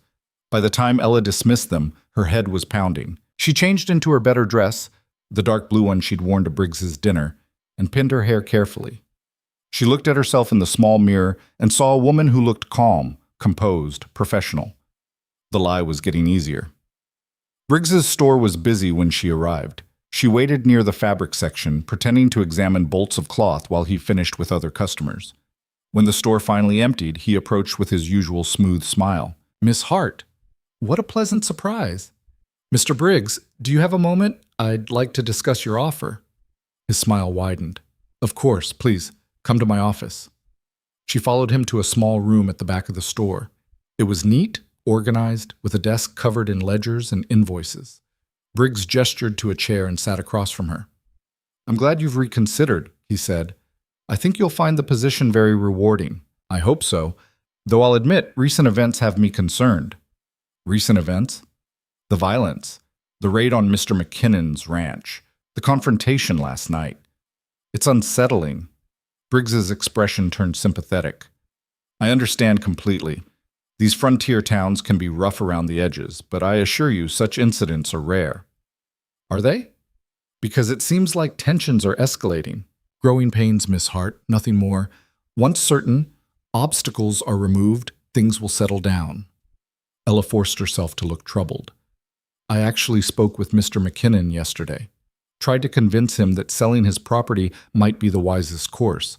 For everyone's safety. Briggs's attention sharpened. Did you now? And what did he say? He was resistant at first, but I think I may have gotten through to him. He mentioned he was tired of fighting, that maybe it was time to move on. Really? Briggs leaned back in his chair, studying her. That's quite a change of heart. I think the raid frightened him more than he wanted to admit, and the fact that the marshal couldn't help, it made him realize how alone he is out there. Yes, I imagine it did. Briggs drummed his fingers on the desk. Did he say when he might be willing to discuss terms? He didn't give a specific timeline, but soon, I think. He seemed defeated. Ella watched Briggs's face carefully. She could see him processing the information, weighing whether to believe it. His eyes were calculating, sharp. For a terrible moment, she thought he'd see through her completely. Then he smiled. Well, that is good news. If McKinnon is finally seeing reason, perhaps we can put this unpleasantness behind us. I hope so. As do I. In fact, he pulled out a piece of paper and began writing. Here's a contract for the teaching position. Take your time reviewing it, but I'd appreciate an answer within the week. Ella took the paper, glancing at the terms. The salary was generous, more than she'd expected. Almost too generous. This is very fair, she said. I believe in compensating people properly for their work, and I believe you'll do excellent work, Miss Hart. There was weight behind the words, an unspoken expectation. Ella folded the contract carefully. I'll look this over and get back to you. Wonderful. Oh, and Miss Hart, thank you for talking sense into McKinnon.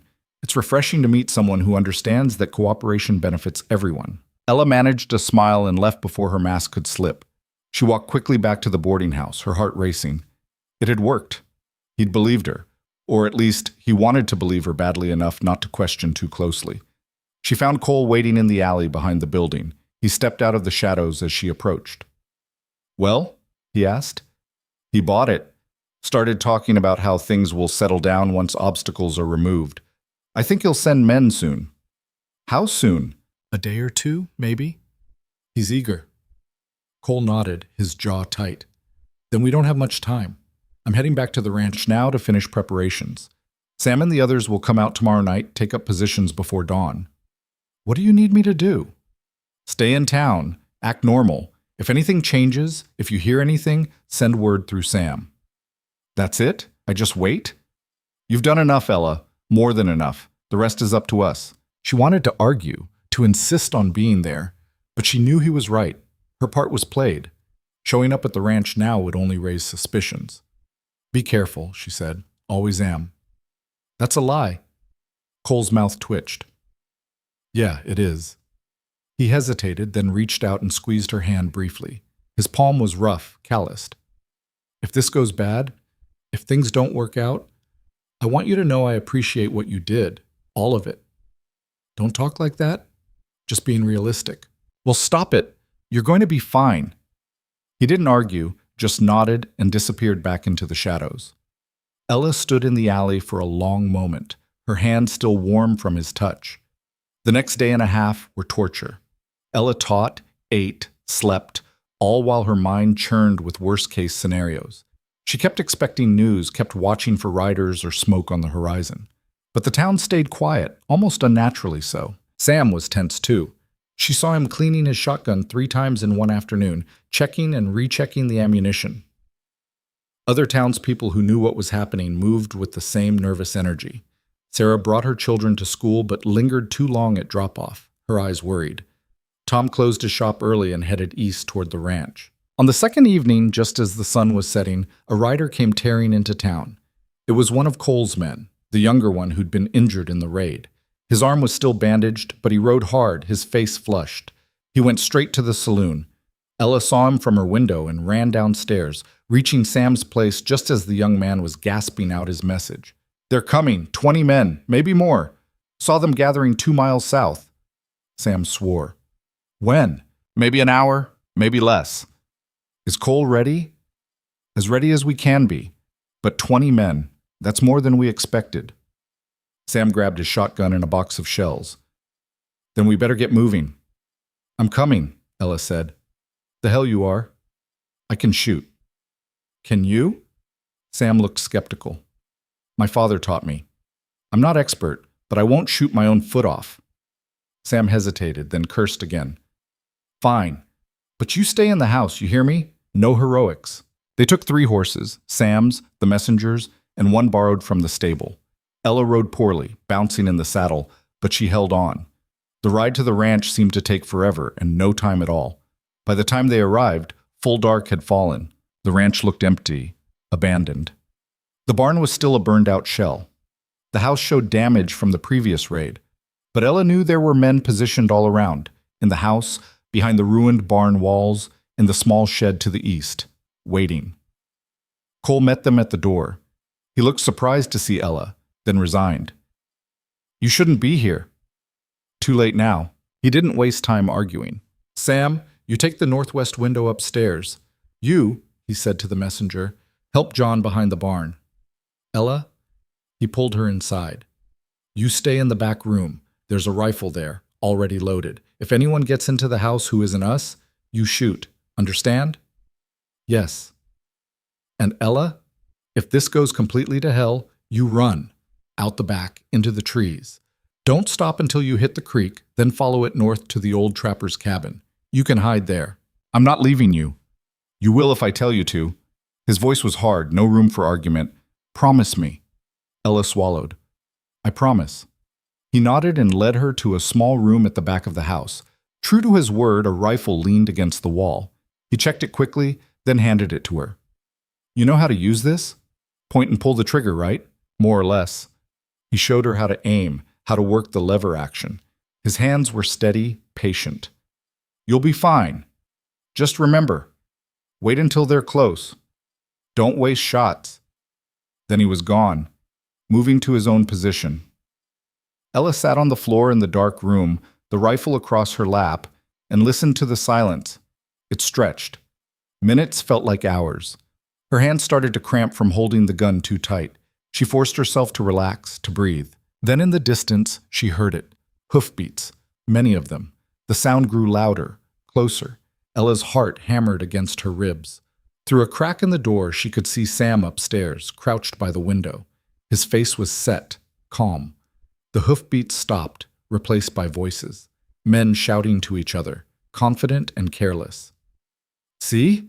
Empty. Told you he ran. Check the house anyway. What for? Probably took anything worth taking. Just do it. Footsteps on the porch. The front door crashed open. Ella pressed herself against the wall, hardly breathing. Through the crack, she saw a man enter, tall, wearing a bandana over his face. He had a torch in one hand, a pistol in the other. Nobody home, he called back. Let's burn it and go. That's when Cole spoke, his voice cutting through the darkness. I wouldn't do that if I were you. The man spun, raising his pistol, but he was too slow. Gunfire erupted from multiple positions, the windows, the barn ruins, the shed. The torch carrier went down. Outside, chaos exploded. Men screamed, horses panicked, more guns fired. Ella stayed frozen in the back room, her rifle ready but unused. She could see flashes of light through the windows, hear the sharp crack of rifles, and the deeper boom of shotguns. Someone was yelling orders, trying to organize a retreat. More footsteps pounded across the porch. 2 men burst through the door. One was bleeding from his shoulder. The other had a rifle and was firing wildly toward the upper floor. Ella saw Sam duck back from the window. The bleeding man spotted the back room, started toward it. Ella raised her rifle, her hand shaking. Stop! He didn't stop. Came right at her, drawing a knife. She fired without thinking. The recoil slammed her shoulder, the sound deafening in the small space. The man staggered, but didn't go down. She worked the lever action like Cole had shown her, fired again. This time he fell. The other man spun toward her. Ella tried to chamber another round, but her hands were shaking too badly. The man raised his rifle, a gunshot. He jerked and fell. Behind him, Cole stood in the doorway, smoking pistol in hand. His eyes met Ella's. "You all right?" She nodded, not trusting her voice. "Stay down." He moved back toward the front. The gunfire was lessening now, fewer shots, longer pauses between them. Someone outside was shouting for retreat. Horses thundered away. Then silence, broken only by groans and the crackle of a dropped torch setting the porch on fire. "Fire!" Sam yelled. "The porch is going up!" Men scrambled. Ella dropped the rifle and ran out. The front porch was engulfed, flames spreading fast. Cole and Tom were already throwing dirt on it, trying to smother the worst of it. Ella grabbed a bucket from the well and started hauling water. Her shoulders screamed where the rifle had kicked. Her hands blistered on the rough rope. But she kept going. It took 20 minutes to get the fire under control. By then, everyone was coughing, covered in soot and ash. The porch was destroyed, part of the front wall charred, but the house still stood. Outside, bodies littered the yard. Some were dead. Others were wounded, groaning. Cole moved among them, checking, kicking weapons away. Sam helped, his shotgun ready. "Count?" Cole asked. "6 down, maybe 4 more wounded out there in the grass. The rest ran." "Prisoners?" "3 that can talk. 2 are too far gone." Cole's jaw tightened. He looked toward town, toward where the survivors had fled. "They'll be back, or they'll tell Pike we were ready. Either way." A gunshot cracked from the darkness. Cole jerked backward, hand going to his side. Blood spread across his shirt. "Sniper!" Sam shouted. "Get down!" Everyone scattered. Another shot hit the dirt near Ella's feet. She dove behind the water trough, her heart in her throat. Where was Cole? She couldn't see him. Tom fired toward the tree line, working his rifle fast. The sniper returned fire, hitting the wall above Tom's head. This wasn't part of the raid. This was someone who'd stayed behind, waited for the chaos to die down. Ella crawled toward where she'd seen Cole fall. He was on the ground near the porch steps, one hand pressed to his side, the other holding his pistol. His face was pale, tight with pain. "How bad?" she asked. "Bad enough?" He tried to sit up and hissed. "Bastards in the big oak, east side." "I'll get Sam." "No time." Cole's eyes met hers. "Can you shoot?" "I just killed a man, so yes, apparently." "Good. Take my rifle. It's zeroed for 200 yards. See that oak?" Ella looked. She could barely make out the tree in the darkness. "I see it." "Third branch from the bottom, left side. That's where he is." "He's got high ground, but he's got to expose himself to shoot. Wait for the muzzle flash, then aim just left of it. Can you do that?" "I don't know." "Ella, can you do it?" She grabbed his rifle. It was heavier than the one she'd used before, the wood smooth under her hands. She crawled to the corner of the water trough and settled the barrel on the edge. "Wait for it," Cole said.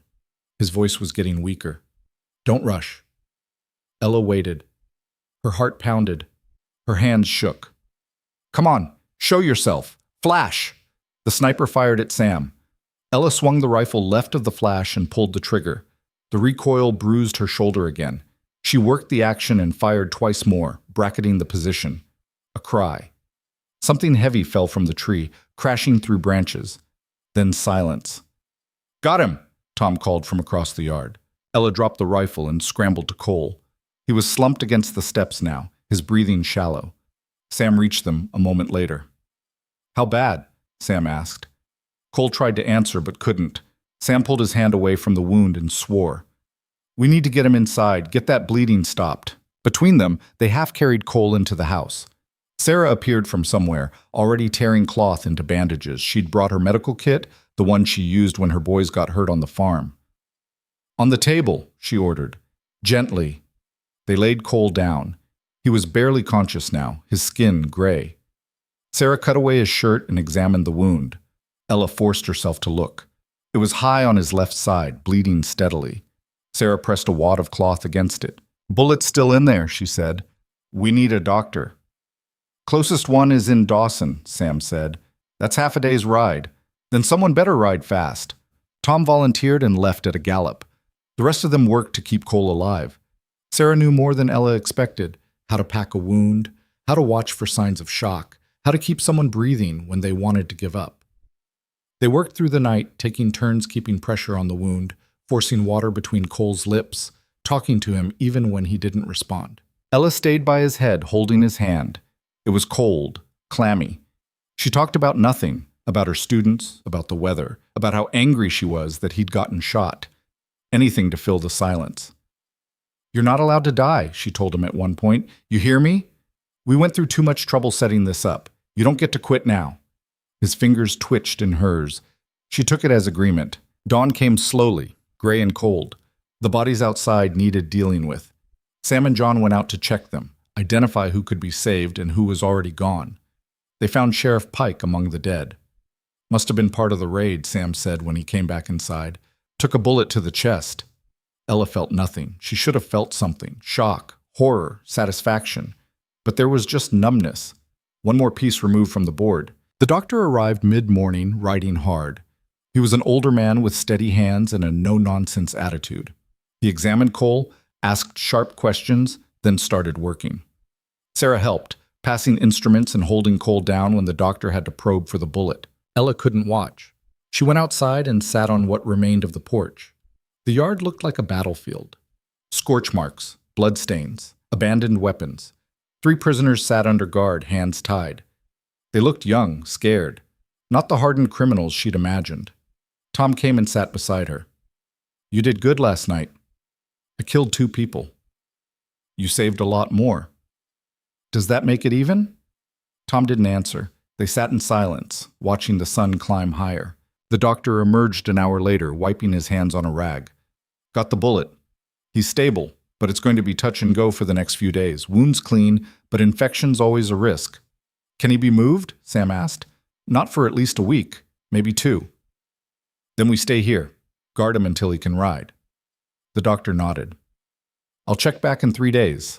Keep the wound clean, change the dressing twice daily, watch for fever. If he starts getting delirious, send for me immediately." He left instructions and departed. Sam organized watch rotations, someone always awake, always armed. Sarah stayed to help with the nursing. The prisoners were loaded onto horses and taken to town under guard. Someone would have to figure out what to do with them eventually, but that was tomorrow's problem. Ella stayed. She told herself it was to help Sarah, to share the nursing duties. But really, she just couldn't leave. Not while Cole was still unconscious, still fighting. He woke the second night, confused and in pain. Ella was sitting beside him when his eyes opened. "Where?" He tried to sit up and immediately regretted it. "Don't move. You were shot. Doctor got the bullet out, but you need to rest."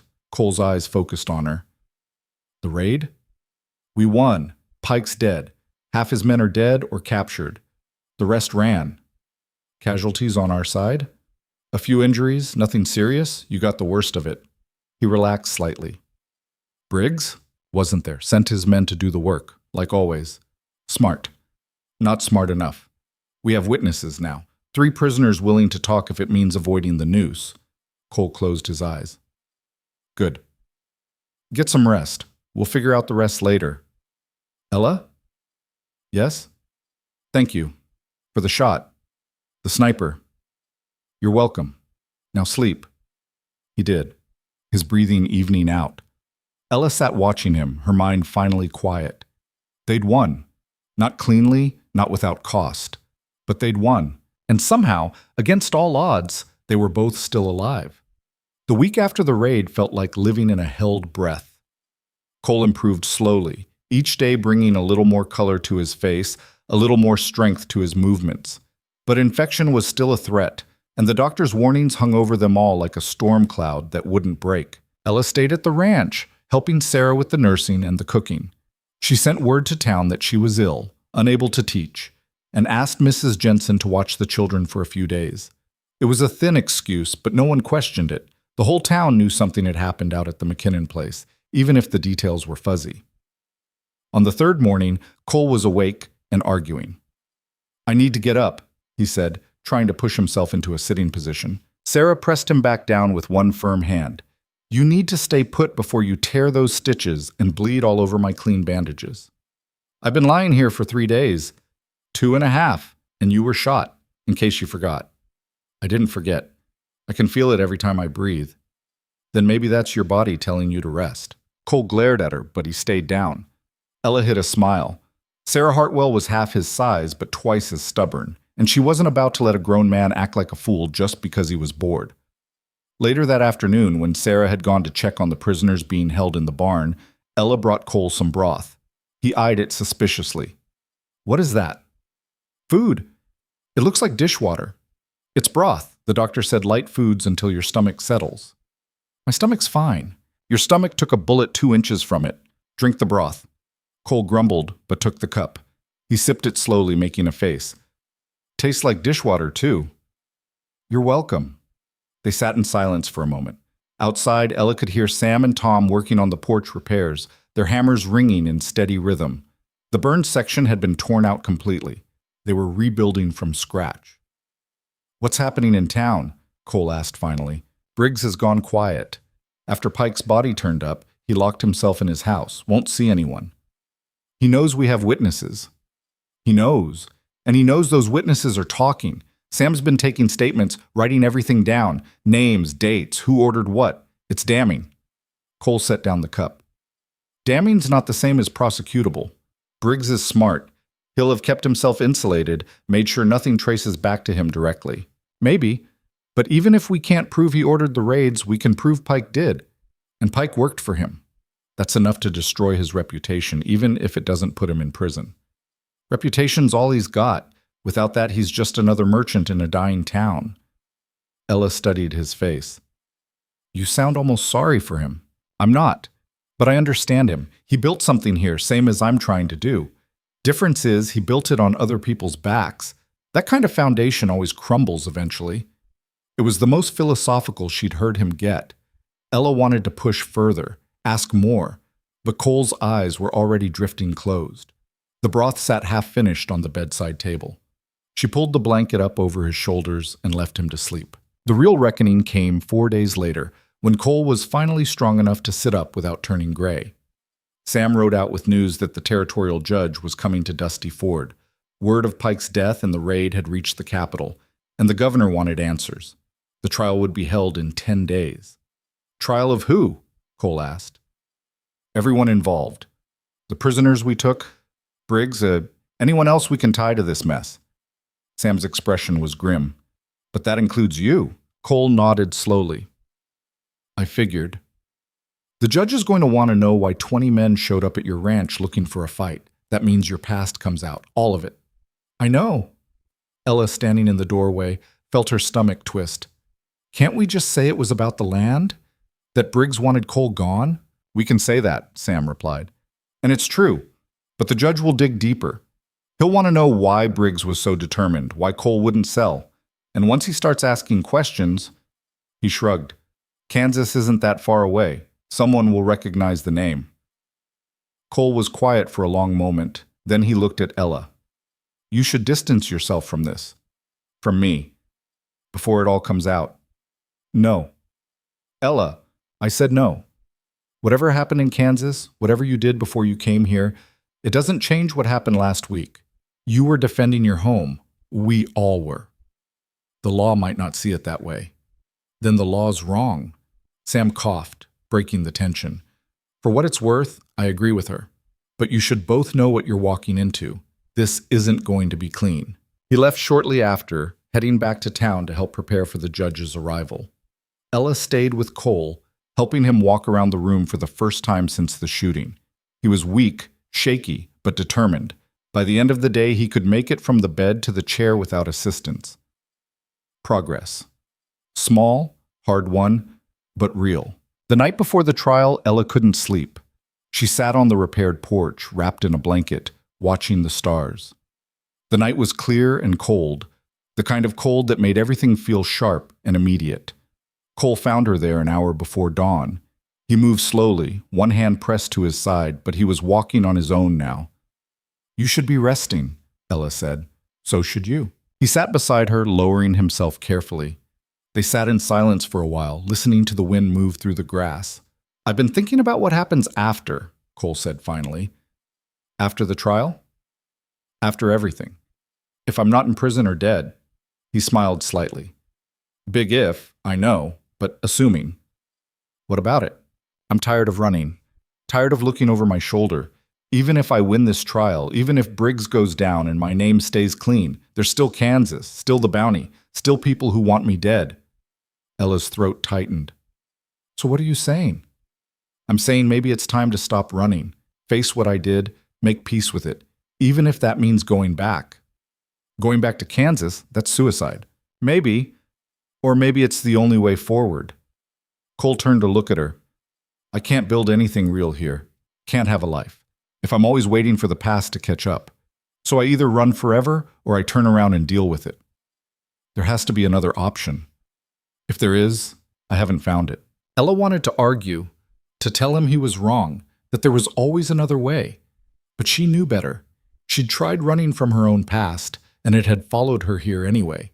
Maybe Cole was right. Maybe the only way through was straight ahead. "Then I'll go with you," she said. Cole shook his head. "You don't know what you're saying." "I know exactly what I'm saying. If you're going back to Kansas, you're not going alone." "Ella, I mean it. You stood by me when Pike came after me, when Briggs tried to buy me off.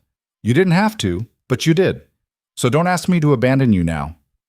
Cole stared at her, something complicated moving behind his eyes. "You're the stubbornest woman I've ever met." "I'll take that as a compliment." It wasn't meant as one. But there was warmth in his voice, and when his hand found hers on the porch boards, she didn't pull away. They sat together until the sun rose, painting the grassland gold and red. Then they went inside to prepare for whatever came next. The trial was held in the town hall, a drafty building that usually hosted dances and town meetings. Every seat was filled, people packed in shoulder to shoulder. Ella sat in the front row with Sarah, Tom, and Sam. Cole sat at the defendant's table with a lawyer who'd come up from Helena, a sharp-eyed woman named Margaret Ross, who'd agreed to take his case for half her usual fee. The judge was an older man with white hair and a face like carved granite. His name was Henry Walton, and according to Sam, he had a reputation for being fair but merciless. He banged his gavel, and the room fell silent. "We're here to determine what happened at the McKinnon Ranch on the night of November 7th, Walton said, "and to assign culpability for the deaths and damages that resulted. Mr. McKinnon, you're charged with manslaughter and reckless endangerment.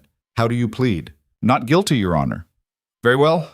Prosecution, proceed." The prosecutor was a thin man named Eldridge, who worked for the territorial government. He laid out the case methodically: the dead men, the property damage, Cole's refusal to sell his land. He called witnesses who testified that Cole was difficult, standoffish, unwilling to cooperate with the community. He painted a picture of a man who'd brought violence down on himself through sheer stubbornness. It was effective. Ella watched the jury, 12 men from surrounding towns, none from Dusty Ford, and saw doubt settling on their faces. Then it was Margaret Ross's turn. She stood slowly, smoothing her skirt. "Your Honor, the prosecution would have you believe that my client provoked this attack through his refusal to sell his property. I'd like to present a different narrative, one where a wealthy merchant used intimidation, violence, and corrupt law enforcement to drive an honest man from his land. And when that didn't work, he sent 20 armed men to finish the job." Eldridge objected. "There's no evidence linking Ephraim Briggs to—" "I have 3 witnesses who will testify otherwise," Ross interrupted, "along with written statements from 2 more who are currently in custody. All of them name Briggs as the man who hired them. All of them describe in detail how Sheriff Pike coordinated the raids at Briggs's direction." The room erupted. Walton banged his gavel. "Order! Ms. Ross, call your first witness." She called the prisoners, one by one. They were young, scared, and faced with the very real possibility of hanging. They talked. They named names, described meetings, outlined payment structures. By the time the third one finished, the connection between Briggs and the raids was undeniable. Eldridge tried to discredit them, but it was weak.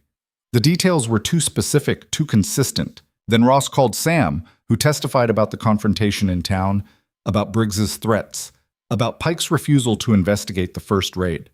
She called Tom, who described the damage to Cole's property and the obvious premeditation of the attacks. She called Sarah, who treated the wounded and could speak to the severity of the violence. Finally, she called Ella. Ella walked to the witness stand on shaky legs. The room felt enormous, all those eyes watching her. Walton asked her to state her name and occupation. "Ella Hart, schoolteacher." "Miss Hart, How did you become involved in this situation? Ella took a breath and told the story. The stagecoach crash, her arrival in Dusty Ford, Briggs's efforts to recruit her, the warnings from Cole and others. She described the night of the first raid, riding out with Sam to find the ranch burning. She described sending the telegraph to the marshal, confronting Briggs, standing in the street when the riders came to threaten Cole. And why did you do that? Ross asked. Why risk yourself for a man you barely knew? Ella looked at Cole. He was watching her, his expression unreadable.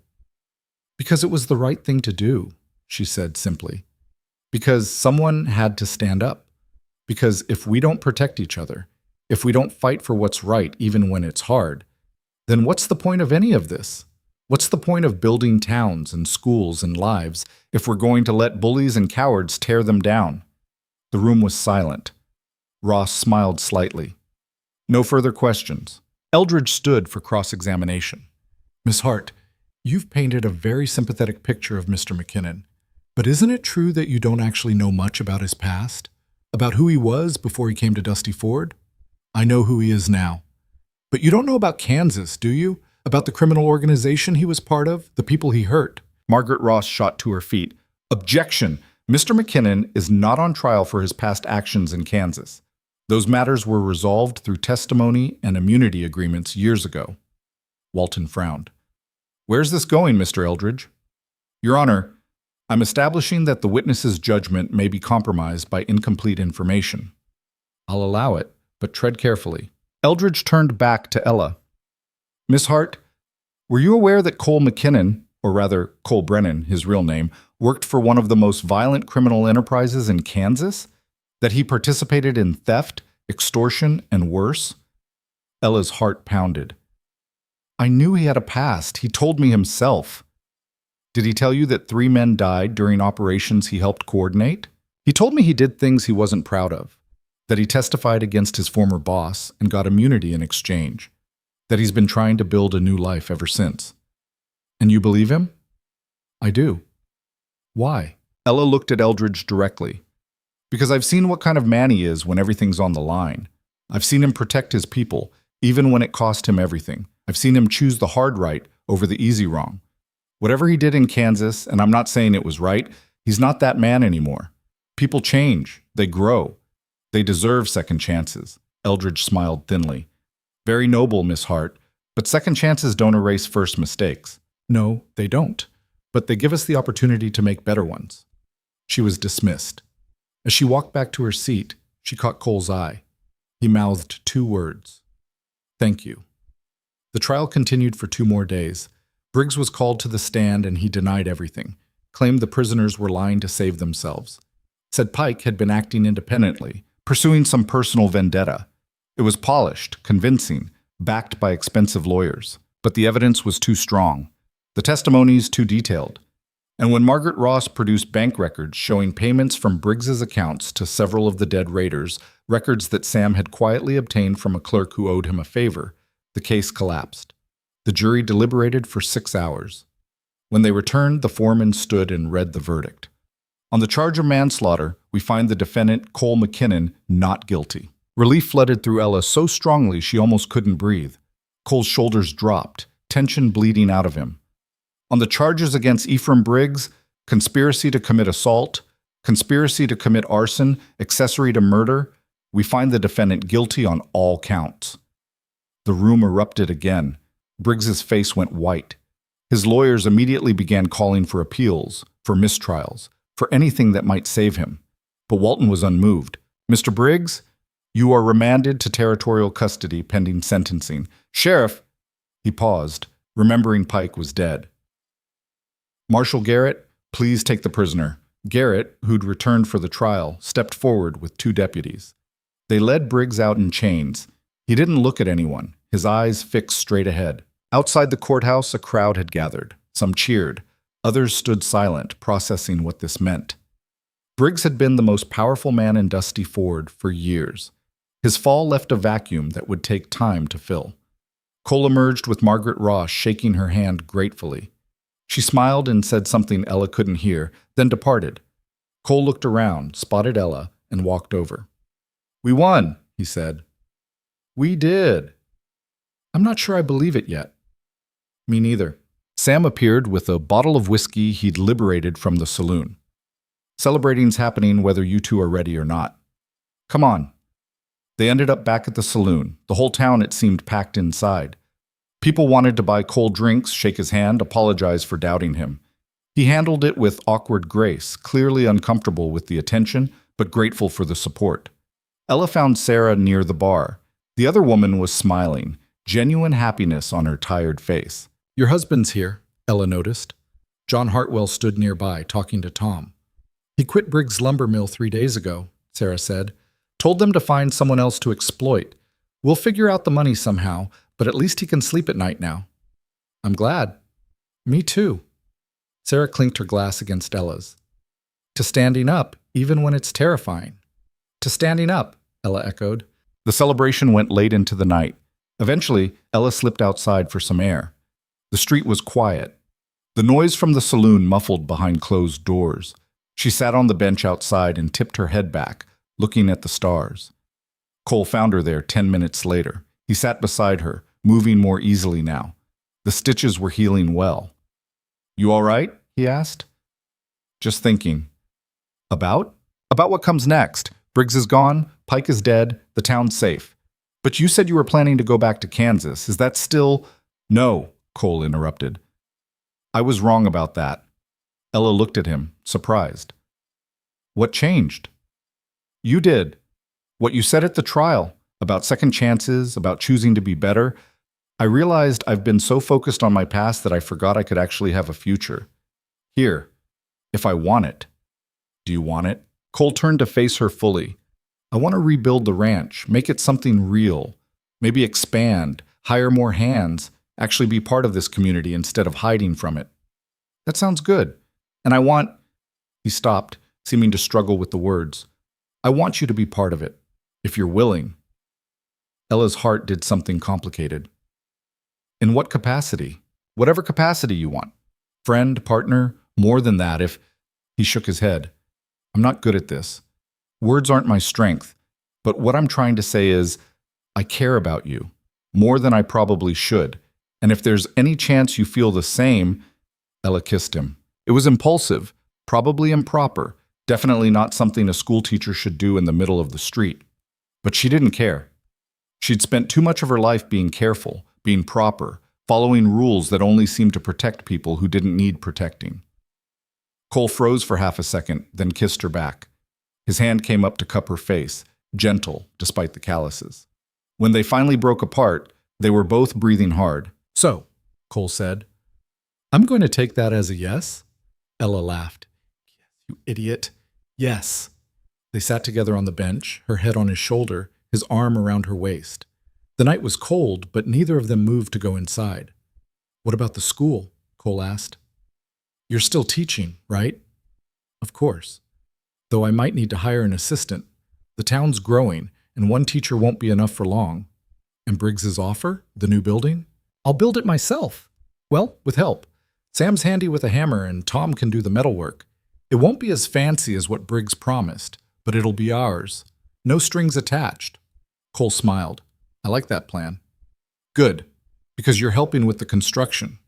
I figured. They fell quiet again. Somewhere in the distance, a coyote howled.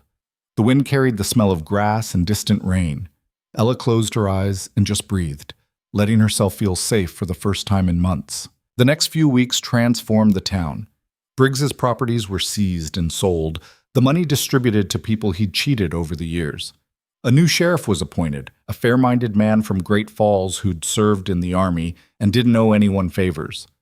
Slowly, carefully, Dusty Ford started to rebuild itself into something better. Cole hired 2 ranch hands and began serious repairs on his property. The barn was reconstructed, bigger than before. Fences were mended, cattle were purchased, water systems were improved.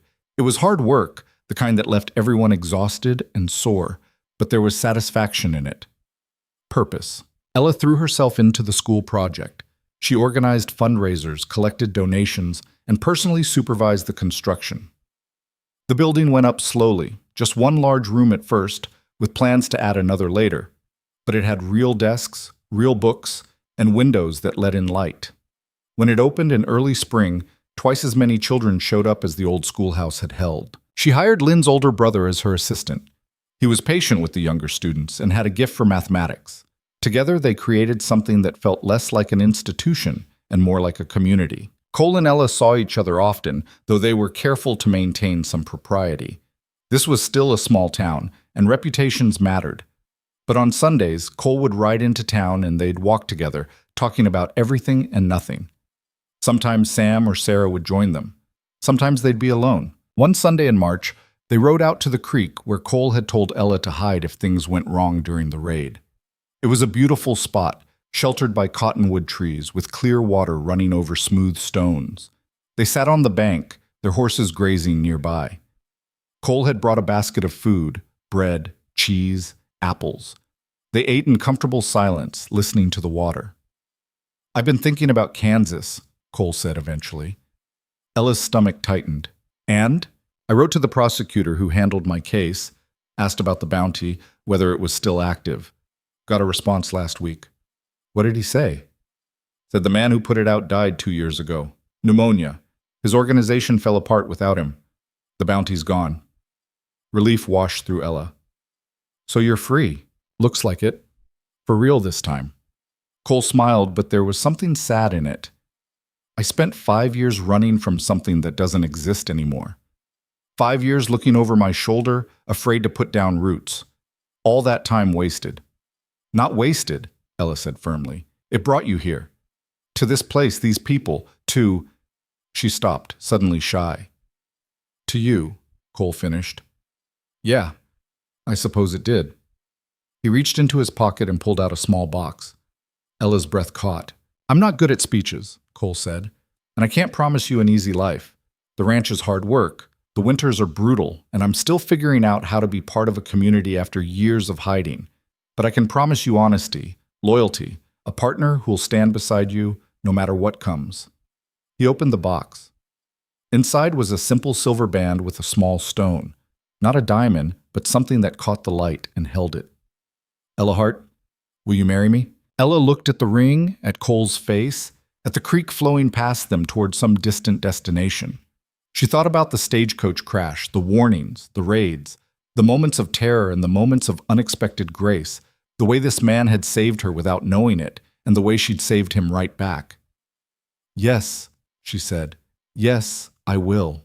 Cole slipped the ring on her finger. It fit perfectly, like it had been made for her.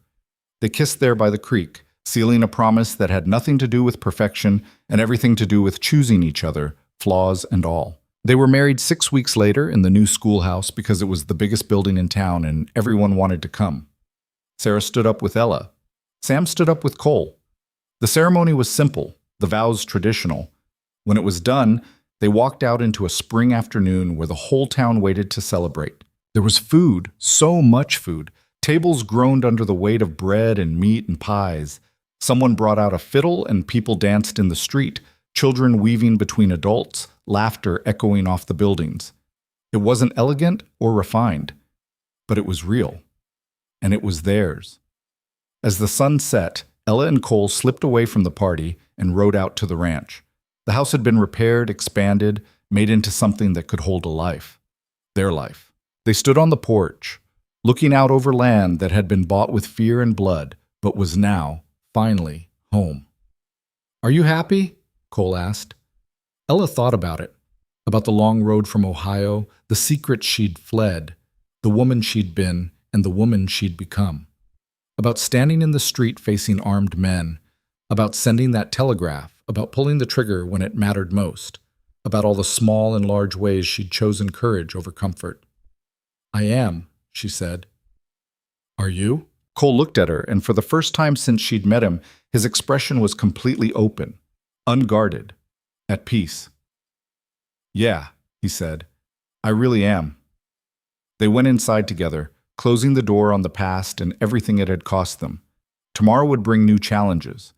There was always work to be done, problems to solve, fears to face, but they'd face them together, and that made all the difference. Because here's what Ella had learned, what the whole brutal, beautiful experience had taught her. Safety isn't something you find by running away or hiding or keeping your head down. It's something you build, piece by piece, with people who'll stand beside you when everything goes to hell. It's choosing to care even when caring is dangerous. It's fighting for what matters, even when the odds are terrible. And sometimes, if you're very lucky and very brave, it's finding someone who sees all your scars and broken pieces and loves you not in spite of them, but because they understand that being broken and still standing is its own kind of strength. The ranch thrived over the next year. Cole expanded the herd, improved the breeding stock, and built a reputation for honest dealing that brought buyers from 3 territories. The work was hard, but it was good work, the kind that left a person tired but satisfied at the end of each day. Ella continued teaching, watching her students grow and learn. Lynn blossomed under the attention, her English improving until she could read novels and write essays that made Ella proud. The twins stopped fighting quite so much. Mary Jensen announced she wanted to be a teacher when she grew up, just like Miss Hart. Mrs. McKinnon now, but the children still called her Miss Hart, and Ella didn't correct them. Sarah and John opened a small bakery with money they'd saved. It did well, serving the growing town. Sam expanded the saloon, adding rooms for travelers. Tom took on an apprentice. Slowly, deliberately, Dusty Ford transformed from a place ruled by fear and greed into a community where people took care of each other. It wasn't perfect.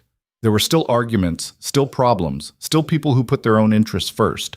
But the worst of the corruption was gone, burned away like dead wood in a fire, leaving space for new growth. One evening in late autumn, Ella stood in the schoolhouse after dismissing the children. She was organizing books when she heard footsteps behind her. "Working late?" Cole asked. "Just tidying up. What are you doing here?" "Came to walk you home. Thought we could take the long way, watch the sunset." Ella smiled and took his offered arm. They walked through town, nodding to neighbors, stopping to chat with Sam, who was sweeping the saloon's porch. The air was crisp, carrying the scent of wood smoke and coming winter. "I have news," Ella said as they reached the edge of town. "Good news or bad news?" "Good news, I think. I hope." She stopped walking and turned to face him. "I'm pregnant." Cole stared at her. For a moment he didn't react at all, and Ella felt a flicker of fear. Then his face broke into the widest smile she'd ever seen. "You're sure?" "As sure as I can be. Sarah helped me figure it out. She said all the signs are there." Cole picked her up and spun her around, careful but exuberant. When he set her down, his eyes were bright. "We're having a baby." "We are? When?" "Late spring, Sarah thinks. May or June." Cole pulled her close, resting his forehead against hers. "I don't know the first thing about being a father." "I don't know the first thing about being a mother. We'll figure it out together." "Together," Cole repeated. I like the sound of that. They walked home slowly, making plans. They'd need to build a cradle, get clothes, prepare a room. There was so much to do, so much to learn. But for once, the future felt like possibility instead of threat. The baby arrived on a warm afternoon in June, during a rainstorm that drummed against the windows and made the whole world feel close and safe. Sarah attended the birth, her steady hands guiding Ella through the pain and terror, and finally, the overwhelming relief of holding a tiny, squalling human against her chest. "It's a girl," Sarah announced, cleaning the baby gently. Cole, who'd been pacing outside, burst through the door. He stopped when he saw Ella holding their daughter, his expression awed. "Can I?" he asked. Ella passed him the bundle carefully. He held her like she might break. This big man who'd faced down raiders and bounty hunters, now completely undone by 8 pounds of angry, red-faced infant. "She's perfect," he whispered. "She's a mess," Ella said, exhausted and exhilarated, "but she's ours." They named her Hope. It felt appropriate, given everything it had taken to get here. Hope McKinnon, born to parents who'd both been running from their pasts until they ran straight into each other and decided to stop. The town celebrated with gifts and visits and more casseroles than 2 people could possibly eat. The school children made cards. Sam carved a wooden rattle. Tom forged a tiny horseshoe for luck. Sarah brought clothes her own children had outgrown and advice Ella desperately needed. Watching the community rally around them, Ella understood something she hadn't quite grasped before. This was what it meant to belong. Not perfection, not comfort, but connection. People who showed up when you needed them, who celebrated your joys and mourned your losses, who fought beside you and forgave your mistakes. She'd spent so long trying to escape her past, trying to become someone new and untouchable. But the truth was, Running didn't make you safe. Standing still did. Planting roots, building relationships, choosing to stay even when staying was hard. Hope grew, as babies do. She learned to smile, to laugh, to grab anything within reach and stuff it in her mouth. Cole proved to be a natural father, patient and gentle, and completely wrapped around his daughter's tiny fingers. Ella juggled teaching and motherhood with Sarah's help and a lot of improvisation. On Hope's first birthday, they held a party at the ranch. The whole town came, or at least it felt like the whole town. Children ran wild in the yard. Adults sat on the porch drinking and talking.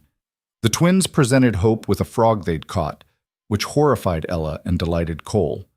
Mary Jensen read a story she'd written about a brave princess. Lynn's brother played his harmonica while people danced. As the sun set and the party wound down, Ella found herself standing apart from the crowd, watching. Cole noticed and came to join her. "What are you thinking?" he asked. "That I almost missed this. All of it. If I'd run when things got hard, if I'd taken Briggs's offer and kept my head down, if I'd left you to fight alone, I would have missed this." Cole wrapped an arm around her waist. "But you didn't." "No, I didn't." Ella leaned into him, watching their daughter sleep in Sarah's arms, watching their friends laugh and talk and belong. "I chose to stay, and it was the best decision I ever made. Even counting the part where you got shot at? Especially counting that part." Cole laughed softly. "You're strange, Ella McKinnon," says the man who married me. Fair point. They stood together as the stars came out, marking the passage of another day in a life they'd built from scratch. It wasn't the life either of them had planned. It was better, messier, harder, richer, real in ways that carefully constructed safety could never be. Years would pass. Hope would grow and eventually have siblings, two boys who inherited their father's quiet strength and their mother's stubborn will. The ranch would prosper. The school would expand again, this time into a proper two-story building with a library. Dusty Ford would become a real town, with a railroad station and 3 churches and enough people that you couldn't know everyone by name. But on that evening, with Hope's first birthday behind them and the whole uncertain future ahead, Ella and Cole simply held each other and were grateful. Not for perfection, because there was no such thing, but for the chance to build something worth keeping. For the courage to stand when running would have been easier. For the people who'd stood beside them. And for each other, these 2 wounded people who'd found each other in the wreckage of a stagecoach crash and decided, against all odds and common sense, that love was worth fighting for. The moon rose over the Montana grassland, painting everything silver. Inside the house, children slept. On the porch, friends lingered over one last drink. And in the middle of it all, 2 people who'd been strangers just a few years ago stood together, no longer running from anything, finally home.